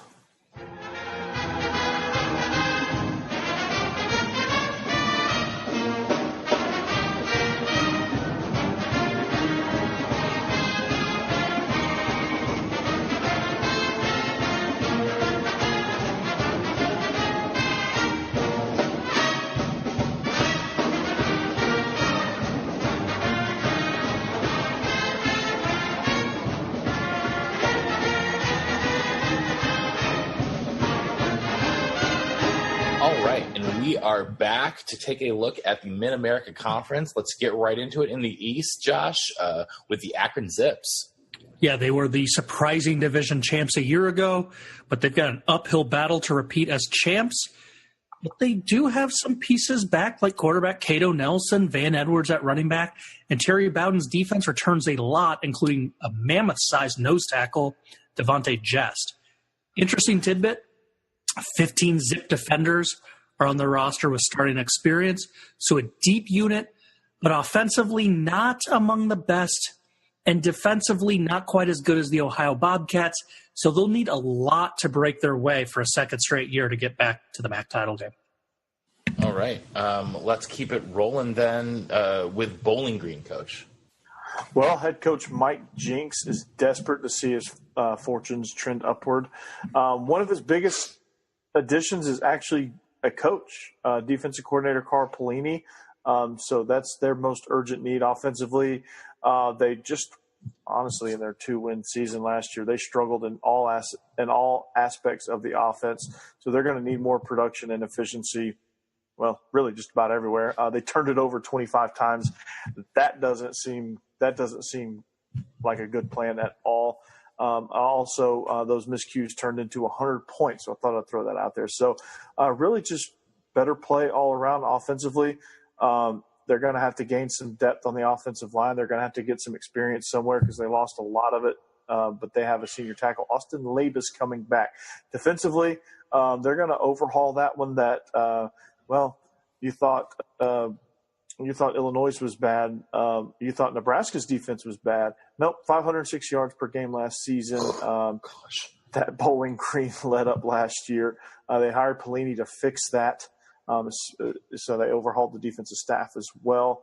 But they have 5 of their 6 top tacklers returning. So you get a competent defensive coordinator in there. That might be a recipe for some success. And so, again, with 2 wins, they really can only go up. So for Bowling Green, just win 3 more games. Just get the 5 wins, and that's considered a success. All right. We're going to head to Buffalo next. And the question is this the year that Lance Leopold is able to get the Bulls over the hump and into the MAC title game? Ohio still, for my money, probably the class of the division, but Buffalo is going to be right there with them. They have perhaps the group of 5 top quarterback wide receiver combo in Tyree Jackson and Anthony Johnson. Anthony Johnson, for those of you who don't know, this dude is an absolute beast. And he's going to be he's probably my preseason pick to win the Biletnikoff Trophy at the end of the season. We got some really solid options behind Johnson at wide receiver in Cage Osborne, Antonio Nunn, and Wisconsin grad transfer George Rushing to go along with tight end Tyler Mabry. But it's their line that I'm really impressed by. They're anchored by All-MAC center James O'Hagan, returning all their starters from last year. Defensively, this unit was much improved a year ago, and they bring back their 2 best players in linebacker Khalil Hodge and defensive end Chuck Harris. They've got a lot of seniors this year starting. At least 7 starters are going to be in their last year of eligibility. The front 7 should be very steady, but the DB unit, not quite as strong. They got a bunch of returning players at corner, but they lose both their starting safeties, so that's going to be an area of concern. But they did bring in JUCO Joey Banks, who's expected to contribute right away at that position. I am, though, worried about their special teams. Their kicker, Adam Mitchison, last year missed 3 PATs and 5 field goals under 40 yards and only went 2 for 6 for over 40 yards. That's got to improve if they are going to be competing in tight games in MACtion throughout the year. Overall, they have a manageable schedule, non-conference games against Temple, Rutgers, and Army, all of which are winnable, as well as FCS Delaware State, which should be a rout. Unfortunately for the Bulls, though, their 2 toughest league games are both on the road at Toledo and at Ohio. They're going to need a small miracle to sweep those 2, and that is what it's going to take to win the East in an improving MAC. But let's head to Kent State next, Coach. Well, you know who's not going to be the MAC daddies of the MAC? That's the Golden Flashes. So, Matt, I got to ask, how old are you? I turned 33 in November. Okay, so I'm 32. Head coach 32. So head coach Sean Lewis is the youngest head coach in the country. He is 31. So he's bringing some much needed energy to Kent State. Again, if they're going to be competitive, They had an 11-win season in 2012. So you have some success in your recent past, but they're going to have to score some points. That's kind of obvious. But there was not a team in the nation that scored fewer points over the last 4 years than Kent State. So they've been doing that for 4 years. They haven't scored anything. So he takes over an offense that averaged 62.8 plays per game last season. That was good for 116th in the nation in all of FBS.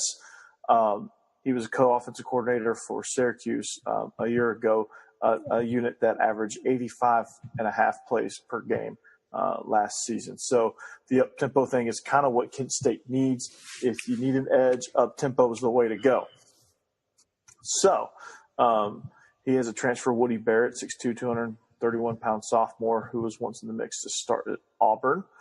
Also, he's a freakish athlete, but he's erratic sometimes. But he's going to be the guy to take over under center to help stabilize and actually help increase the performance of this Kent State offense. You also, at the receiver position as a potential target, junior Trey Harrell is going to be probably one of your biggest sleepers to emerge in 2018 and a key contributor there. And then offensive line has been really shaky, and they've got to find a way to fix it and fix it fast. So hopefully they can, in the interim, fix it with scheme, and then just try to rebuild it as you go. But that's going to be probably their low point offensively. Defensively, they need to ramp things up as well. They gave up 35 points per game and 408 yards per game last year. So they have some work to do as well. But they have some experience coming back, so that's the good news. Jim Jones is one of those guys at linebacker. He was first-team All-MAC last season. He led the team in tackles with 98, just too shy of 100, and he had 6 sacks to go along with that. So joining him is senior Matt Barr, who's he had a season-ending knee injury. He's coming back into the fold. He played just 2 games last year before getting injured. So he was one of those that was going to be kind of up there. He probably would have made All-MAC as well. So those are 2 names to kind of look for on the defense. Special teams, they have one of the top punters in the entire country, Derek Adams. He was second-team All-MAC. So, again, field position is something you can also do when you have an up-tempo offense. You just hope to have a good punter and hope that your defense can hold up a little bit and play field position. So, again, they're going to be more exciting to watch. That's the good news. Again, anytime you have a massive rebuild to a team that was as bad as Kent State has been the last 4 years, it's going to take some time. But time is what they have. They have an extremely young head coach.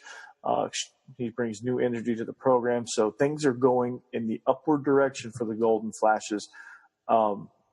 It might surprise a few folks, but they're going to be exciting to watch. I'll give you that. But they may not win many games. It may not show in the win-loss column, the results, but you will see much, much improved play from Kent State this season. All right. Well, next we're going to head over to Oxford for the Miami Redhawks. Chuck Martin back for his 5th year in charge of the Redhawks. And honestly, it's a make-or-break year for him. They got a ton of upperclassmen, but they're going to have to do a lot better in close games if they are going to get over the hump. Last year, they were 0-5 in games decided by a touchdown or less. Offensively, the good news is that they get their best receiver, James Gardner, back. That's huge. Last year, he had 47 catches for 927 yards. That's almost 20 yards per catch and 11 touchdowns. Gus Ragland is also back to throw him the ball, but he might be usurped by Michigan grad transfer Alex Malzone. I also like the potential of junior wide receiver Luke Mayock, Mike Mayock's son. He's 6'5" and is a huge target in the red zone. Last year, their offensive line was inconsistent, but they return almost everyone, so they do get a lot of experience back. They'll pave the way for tailback Kenny Young, who averaged 5.4 yards per carry last year. Defensively, another very veteran-laden unit. They're starting almost all juniors and seniors. They return 7 of their top 8 linemen, 4 of their top 5 linebackers, and 5 of their top 7 defensive backs. And last year, this team finished 39th in defensive S&P Plus. That should only get better this year. They've got a great pair of outside linebackers in Brad Koenig and DeAndre Montgomery. Both of those guys can really get after the quarterback. Corner is also going to be a strength on the defense. DeAndre Daniels and Cedric Assa are both returning. Specials last year were a very young bunch, but still finished 48th in special teams efficiency. So I'm only expecting that to go up. They start the year with 2 very interesting home games against Marshall and Cincinnati. Those are going to be evenly matched teams for both of them. I think Marshall's probably a little bit better than Cincinnati, but then they head to Minnesota during week 3. Their toughest conference games will be Ohio at home and at Northern Illinois. But other than that, the schedule sets up pretty nicely for the Red Hawks. They will absolutely go bowling this year and could be on pace for 8 or 9 wins, but they are still behind the final team here in the East, and that is the Ohio Bobcats. And Josh, you were going to talk about Frank Solich's gang. Yeah, and they return Nathan Rourke. He was amazing last year, 2,200 passing yards, 912 rushing yards. They also get A.J. Ouellette back at running back, so they have probably the best backfield in the conference, or at least the division, contending for the conference. And they got an amazing offensive line by MAC standards.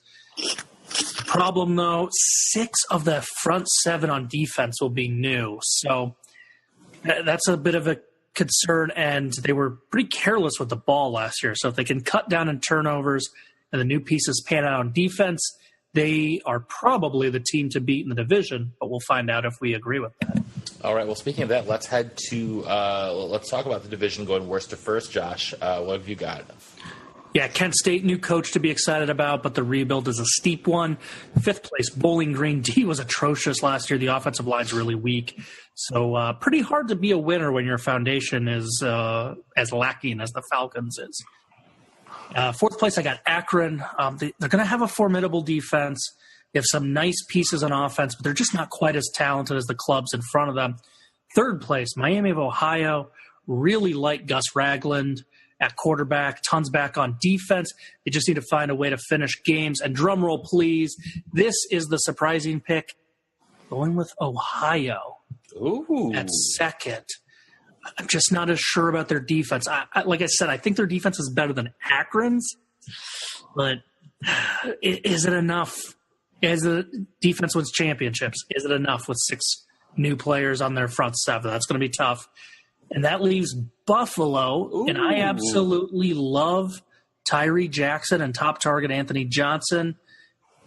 There's a lot to love about this team. Defense also stacks up to be pretty nice too. Coach. Ooh, that's a very good deal. I'm going to say Kent State's going to finish dead last. Obviously, as bad as they were, they didn't score any points, and they're not returning a whole lot offensively. So hopefully Scheme will get them to score a little bit more points, but it's not going to be enough. Bowling Green, atrocious in the trenches, so that doesn't bode well.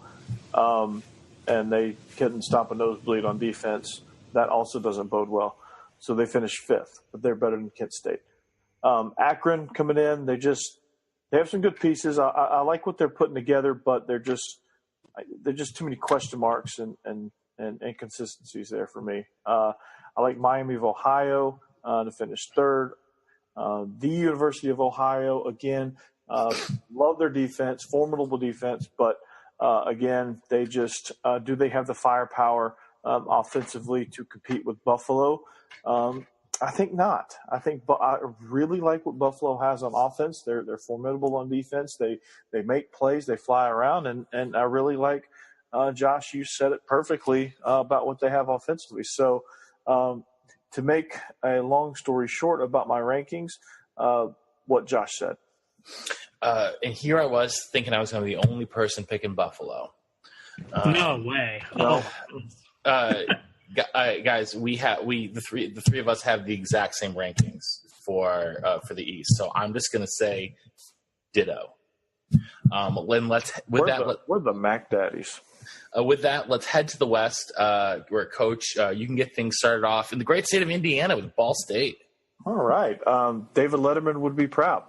So injuries were the story of their 2017 season, and because of that, they just could not get anything going. Mike knew his he was in line. He was feeling good that he was going to challenge Oklahoma for the title of the best offense in the country, but they lost its third-year starting quarterback, all-MAC running back, and top returning receiver, and two best offensive linemen, all before the old Maction got underway. So hopefully they have some better luck.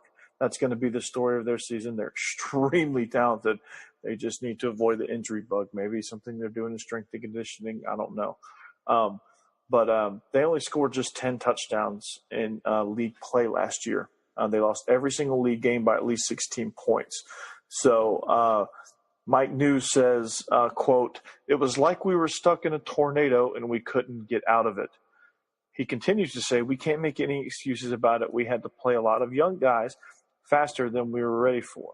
But that was one consistent message I tried to impart on our team. Yes, it is difficult right now, but we're going to be better in the long run." And that they will be. That's much needed experience. In the running game, James Gilbert, 1,300 yards on the ground. He only played 3 games before tearing a ligament in his right thumb. Caleb Huntley rushed for 1,000, and junior Malik Gunner added 8 rushing touchdowns while averaging 5.9 yards per carry. They have to find a way to get carries for all of these guys. They have to find a way to utilize all of these backs. Quarterback Riley Neal, he completed 68% of his passes. He only had 659 yards and 6 touchdowns in the first 3 games. Again, he was that 3-year starter at quarterback because he broke his tibial plateau in his right knee. So he was granted a medical redshirt, actually. So wide receiver Corey LaCanaria and guard Alex Joss also were lost to injury. So it's going to be a lot of can Riley Neal get the ball to Justin Hall? If they can connect a lot, they will score a lot more touchdowns, and they will do a lot better. And if they do a lot better on offense, of course, what's going to happen? They're going to do a lot better on defense. Okay. The injuries that plagued offense trickled down. They had a already young defense. They spent a ton of time on the field. They surrendered 48 points per game in conference play. So it got really bad for the Cardinals. So good news is, though, they got second-year coordinator David Elson. He brings back Anthony Wimbush, who was the nation's leading sack artist. They spent all offseason switching from a 4-3 to a 3-4, so maybe that'll jive with their personnel, but that's always a tough transition. So at least they get back middle linebacker Jacob White, and they get back their strong safety Bryce Cosby, and also another linebacker Brandon Martin. So let's see what they have defensively. If they don't have a rash of injuries and better luck, they score more points. Simply put, they just got to put the ball in the end zone. They just got to make the plays, and they just got to stay healthy, and they have a chance. All right. Well, Coach, you get to stick with it for Central Michigan. Ooh, the Chippewas. Well, let's take a look at the Chippewas. They were once sponsored by New Balance, if that tells you anything. You guys love these fun facts, right? I mean, they're the best part about the show, I hope. I know, right? So I can't imagine New Balance making a football uniform. I can't either, but let's ask somebody that played the Central Michigan. Well, I think only a 52-year-old suburban father is the only person who can actually wear it. So, or the Southern frat guy. True. They love New Balance. Anyway, their offense received a boost when Shane Morris played his final year of eligibility after transferring from Michigan, but they're going to have to replace him. So who's that going to be?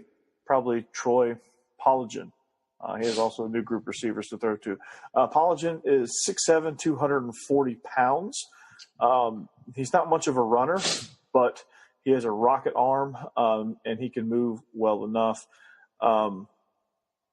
We will see if he has the accuracy, decision-making, poise, all of the intangible stuff that goes into playing the quarterback position. We will see if all of that comes into play. This will be kind of the first year that he's been tested at this level. So it's a mystery for us too. So it'll be fun for the Chippewas to find out what they have. But, again, all the potential and the physical talent is there for Polygen. They finally found a running back. Jonathan Ward, he is the leading rusher. He's also a good pass catcher. He caught 48 balls last year for the Chippewas, and he's going to be kind of the max version of Saquon Barkley, if that's possible. So offensive line, it goes into its fourth straight year as a question mark. So that's always a red flag. So you have a first-year starter at quarterback and a shaky offensive line. What could go wrong?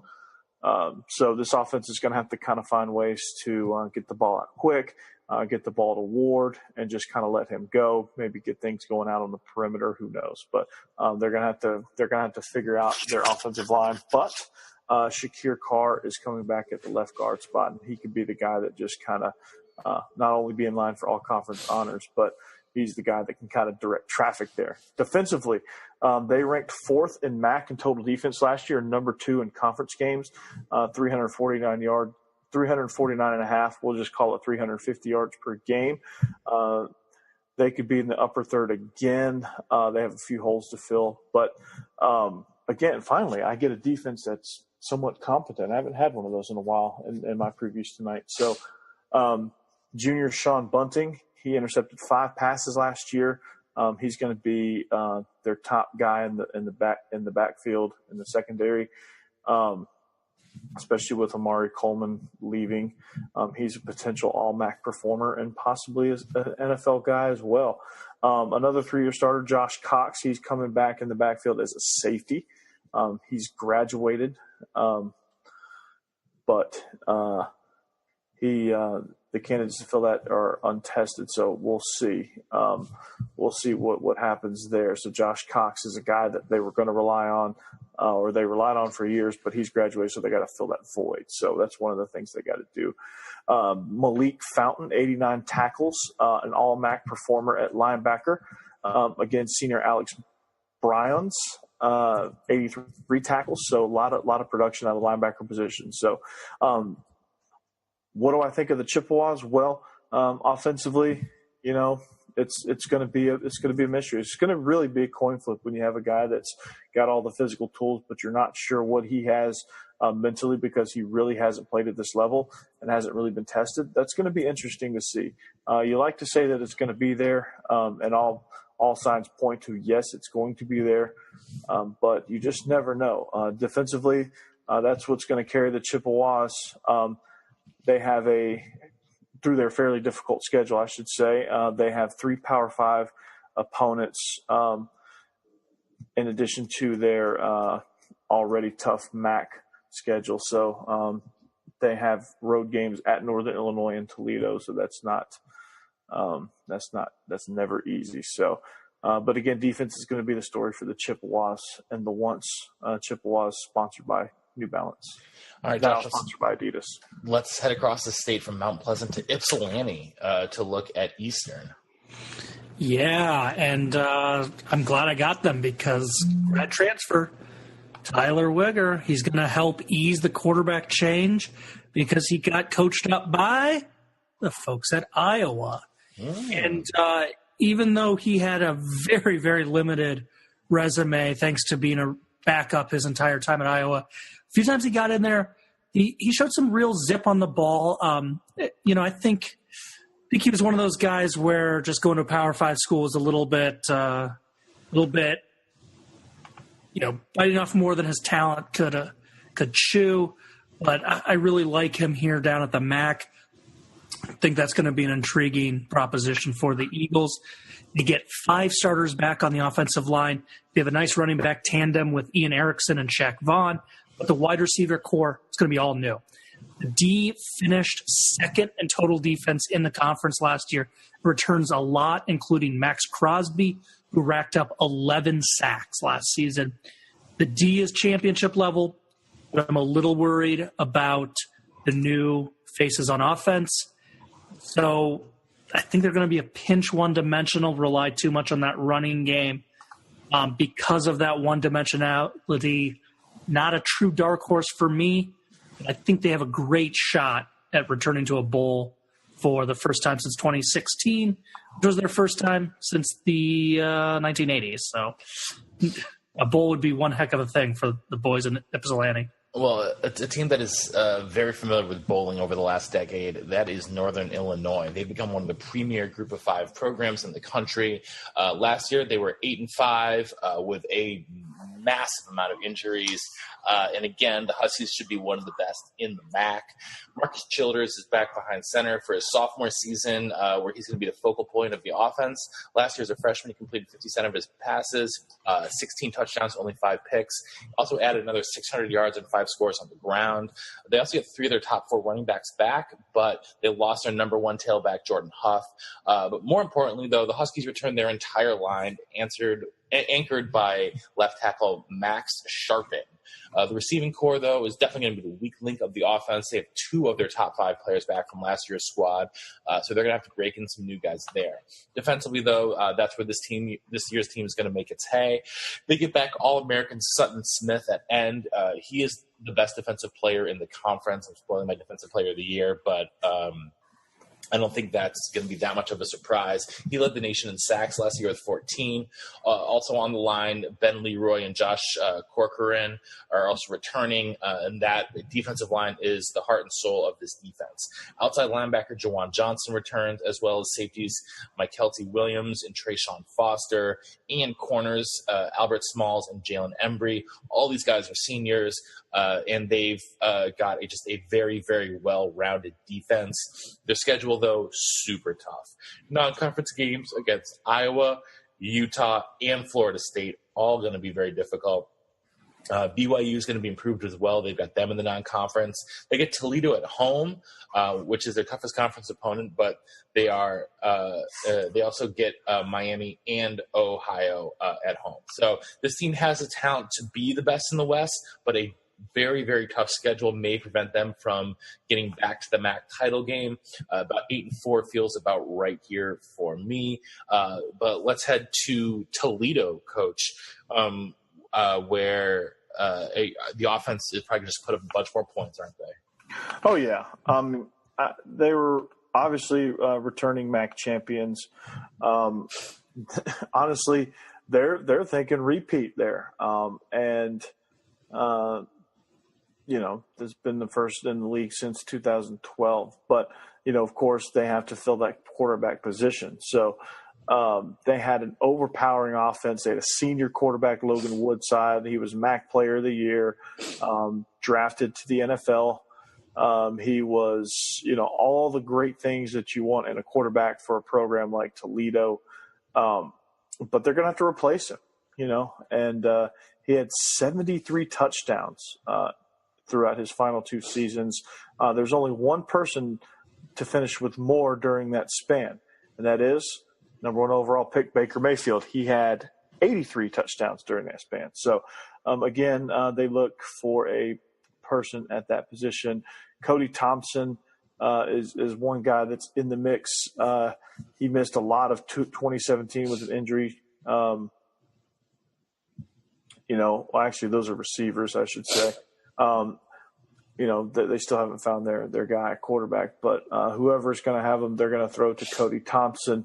They're going to throw to Javonte Johnson and Deontay Johnson. And they should, again, post some really, truly video game numbers. Thompson had almost 1,300 yards receiving himself. Who's going to throw? Well, that's probably going to be Mitchell. I'm going to butcher this name, but I'm going to try. Mitchell Goodani. He's going to fend off Eli Peters for the quarterback job. But for Peters, his experience is going to be the thing that hurts him. He has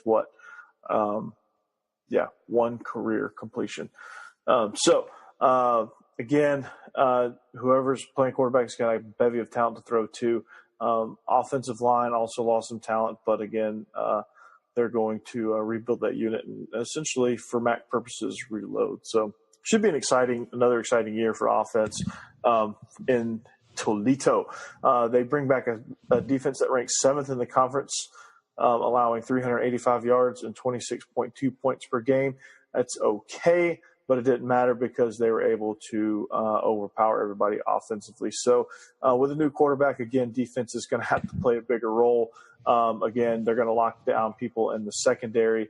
That's their strength, but they have a good linebacking core as well as they'll be decent up front and they'll be able to do a few things. So whatever quarterback emerges, again, that's going to be the biggest question. And defense will have to kind of carry its weight a little bit more than it did a year ago. They have non-conference games against the U, Nevada, and Fresno State. They have to play Ohio and Miami of Ohio as their crossover games as well. So it's not going to be easy for Toledo, but I think they have the juice to do it. All right. Well, finally, let's head to Western Michigan. And after taking over for Chief Oarsman P.J. Fleck last year, Tim Lester took the Broncos to a 6-6 record, which honestly, quite much better than expected. This season, John Wasink is back at quarterback. He showed flashes of greatness before going down with an injury last season. Fortunately for him, he gets pretty much the entire offensive line back in front of him, including all-MAC center John Kenoy. They are one of the top lines in the league and should make life easier on the second-year quarterback. The combo of Jamari Bogan and Levante Bellamy should provide some serious spark out of the backfield. Both those guys have big play potential, but also watch out for Matt Falcon, who is an absolute bruiser at 235 pounds, but has had trouble staying on the field in his career at Western Michigan with injury problems. Out wide, we've got a couple sophomores in Tyron Arnett and Luke Sanders. Both those guys have big upside but aren't completely proven. On the defensive side of the ball, they get back most of their top guys, starting with the corners, Sam Beal and Obi Jackson. They also return their top 3 defensive ends, but the linebacker is very young. The rest of the secondary is also pretty young, especially behind those top 2 corners. They lose Darius Phillips, who was their top corner and also a phenomenal returner. He had 6 career return touchdowns. They start the season with Syracuse at home, followed by a trip to the Big House. They also get Delaware State and Georgia State in the non-conference. But all their big games are at home for as far as MAC games go. Toledo, Ohio, and Northern Illinois all have to come to Kalamazoo. So that's going to be good for them. So I predict them to finish 7-5, 8-4, somewhere around there. But let's see how they shake out in the division. So, Josh, you want to give us your worst first? Definitely. At Ball State finishing last. Injuries totally destroyed them last year. But even healthy, I don't think they're talented enough to make a dent in the packed West. Clearly the better of the 2 divisions. 5th place, Central Michigan.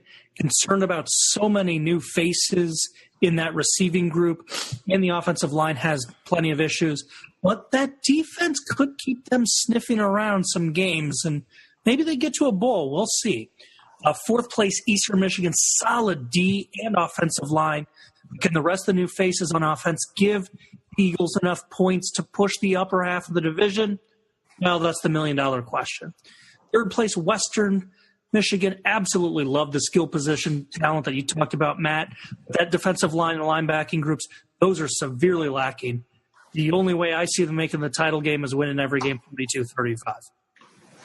2nd place, Northern Illinois. This one was tough for me because I love their talent, and the defense is amazing.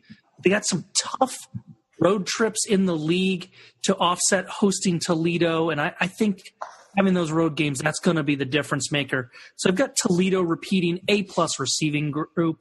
That will allow the new quarterback to shine. That defense, although not amazing, does have enough experience back for me to pick them. Coach. All right. Well, Ball State, they're a mess. They have a lot of inexperience due to injury.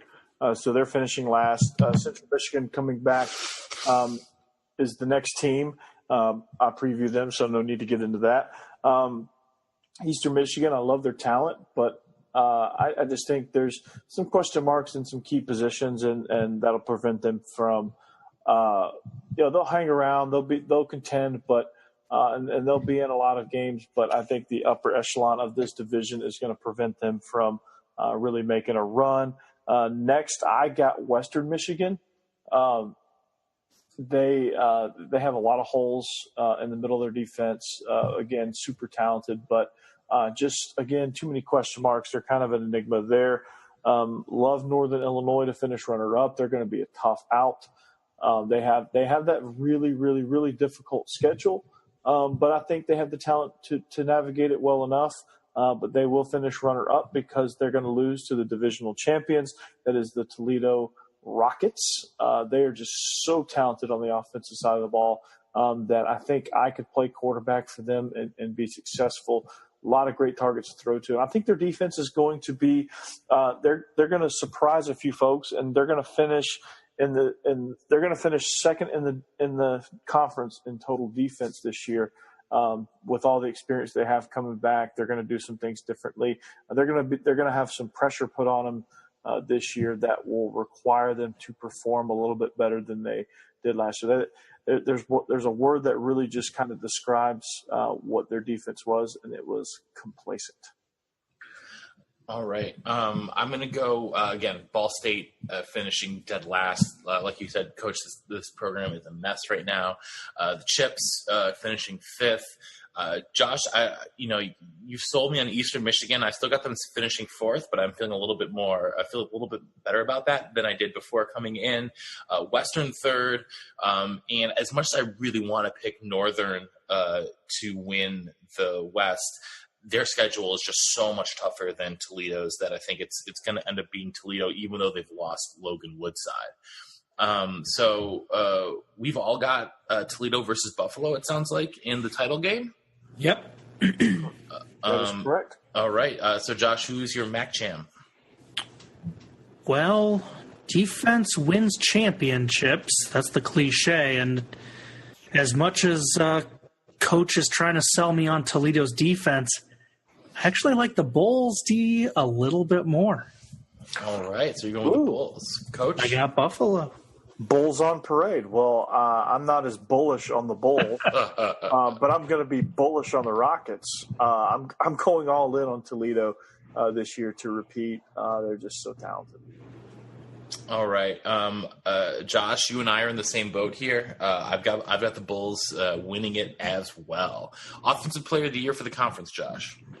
Well, he's leading them to a title, according to me. So I'm going to go with Tyree Jackson, that stud of a QB that Buffalo has.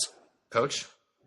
I'm going to go Tyree Jackson as well, even though his stats are going to come in every game except the title game. I am also picking a Bull, but I'm picking the other end of that very prolific duo, and I'm going to take Anthony Johnson, the wide receiver. I already said he's going to win the Biletnikoff. Might as well win MAC Offensive Player of the Year as well. Conference Defensive Player of the Year, Josh. Well, I'm giving him this partly because please don't hurt Nathan Stanley opening day, but Sutton Smith at Northern Illinois. One heck of a lineman. That is the local train coming by and agreeing with you, Josh, here. I'm also taking Sutton Smith. Coach, how about you? Well, that's the Purdue train coming in. They're boiling up. I'm going to go Sutton Smith. I mean, he's the most talented defender in this conference. In a conference that giving up almost 400 yards is considered good. Josh, Coach of the Year? Hey, if you're going to take a dark horse, you might as well go all in on that dark horse. So I'll go with Lance Leopold. Yeah. Coach, how about you? I'm going Jason Candle. I'm going all in with Toledo, I got to go all in with Coach of the Year, Jason Candle. Yep. Okay. Josh, you and I, same boat. Man, Lance Leopold, we've loved him from the start, and I really want that Buffalo program to do well. I really respect Lance Leopold for everything he did at UW Whitewater. For those of you who don't remember, this dude was 109-6. 109-6 at the D3 level as a head coach. Yeah. Those are absurd numbers. Coach, who's your Rookie of the Year in the MAC? Rookie of the Year. Well, by your standards, it's going to be Mitchell Guidani. Okay. What about by your standards? By my standards? Newcomer of the year, rookie of the year. Yeah. Tyler Wiggers. Yeah, that's who I've got. I've got Tyler Wiggers, baby. That guy's going to be legit. Yeah, Iowa fans loved him. There was a time where we were hoping he would get more playing time. Well, yeah, that's I shouldn't say. Yeah, shouldn't say we. I don't get into petty rooting for the backup quarterback. I've never overreacted like that as a fan. Well, aren't you special? I'm the guy. The first time the Hornibrook throws an incompletion this year, I'm going to be screaming for Blackjack Cone. So, first coach fired, Josh. Well, Mike New is 6-18, 1-15 in conference at Ball State, and Mike Jenks is 6-18, 5-11 at Bowling Green. So those are some guys that are going to need some wins. Yeah. Yeah, I'm going Jinx here because Dino Babers spoiled him a little bit, so I'm going Mike Jinx as the first one. And then maybe I'm saying he's the first one by, he's going to be fired at 8 a.m. on Black Monday, and Mike New is going to be fired maybe at 9:30. Okay, yeah, I've got Mike Jinks as well. So, all right, well, that's going to do it for our. I guess we should call it the Heartland preview, the Big Ten and the MAC. We've got one more conference preview coming up with the Pac-12 and the Mountain West, and we're going to throw in some independents there as well. So we'll be coming back at you with that here in a couple days. But for now, Josh, any final words? No, just let's go Hawks. Keep it simple. All right, Coach. Well, again, go Toppers. We have an important game against the Portland Panthers, who we actually got a win over 15-13 last year. So looking for a little bit more offense there. But just got to make one comment about the coaching in the Big Ten. I think there's a ton of talented coaches within that conference, and that conference is steadily growing as far as, coaching talent, football talent, all that stuff. It's continuing to grow, and I like what I'm seeing out of the Big Ten. All right. Well, so that's going to do it for us tonight. So on behalf of our own offensive coordinator, Corey Burton, here in Nashville, Tennessee, and our intrepid blogger from Big Ten and Counting up in the Windy City, Josh Cook. This is a professor in Nashville saying so long and see you next time on the Illegal Motion College Football Podcast. Tarkenton. Thanks for listening to the Illegal Motion College Football Podcast.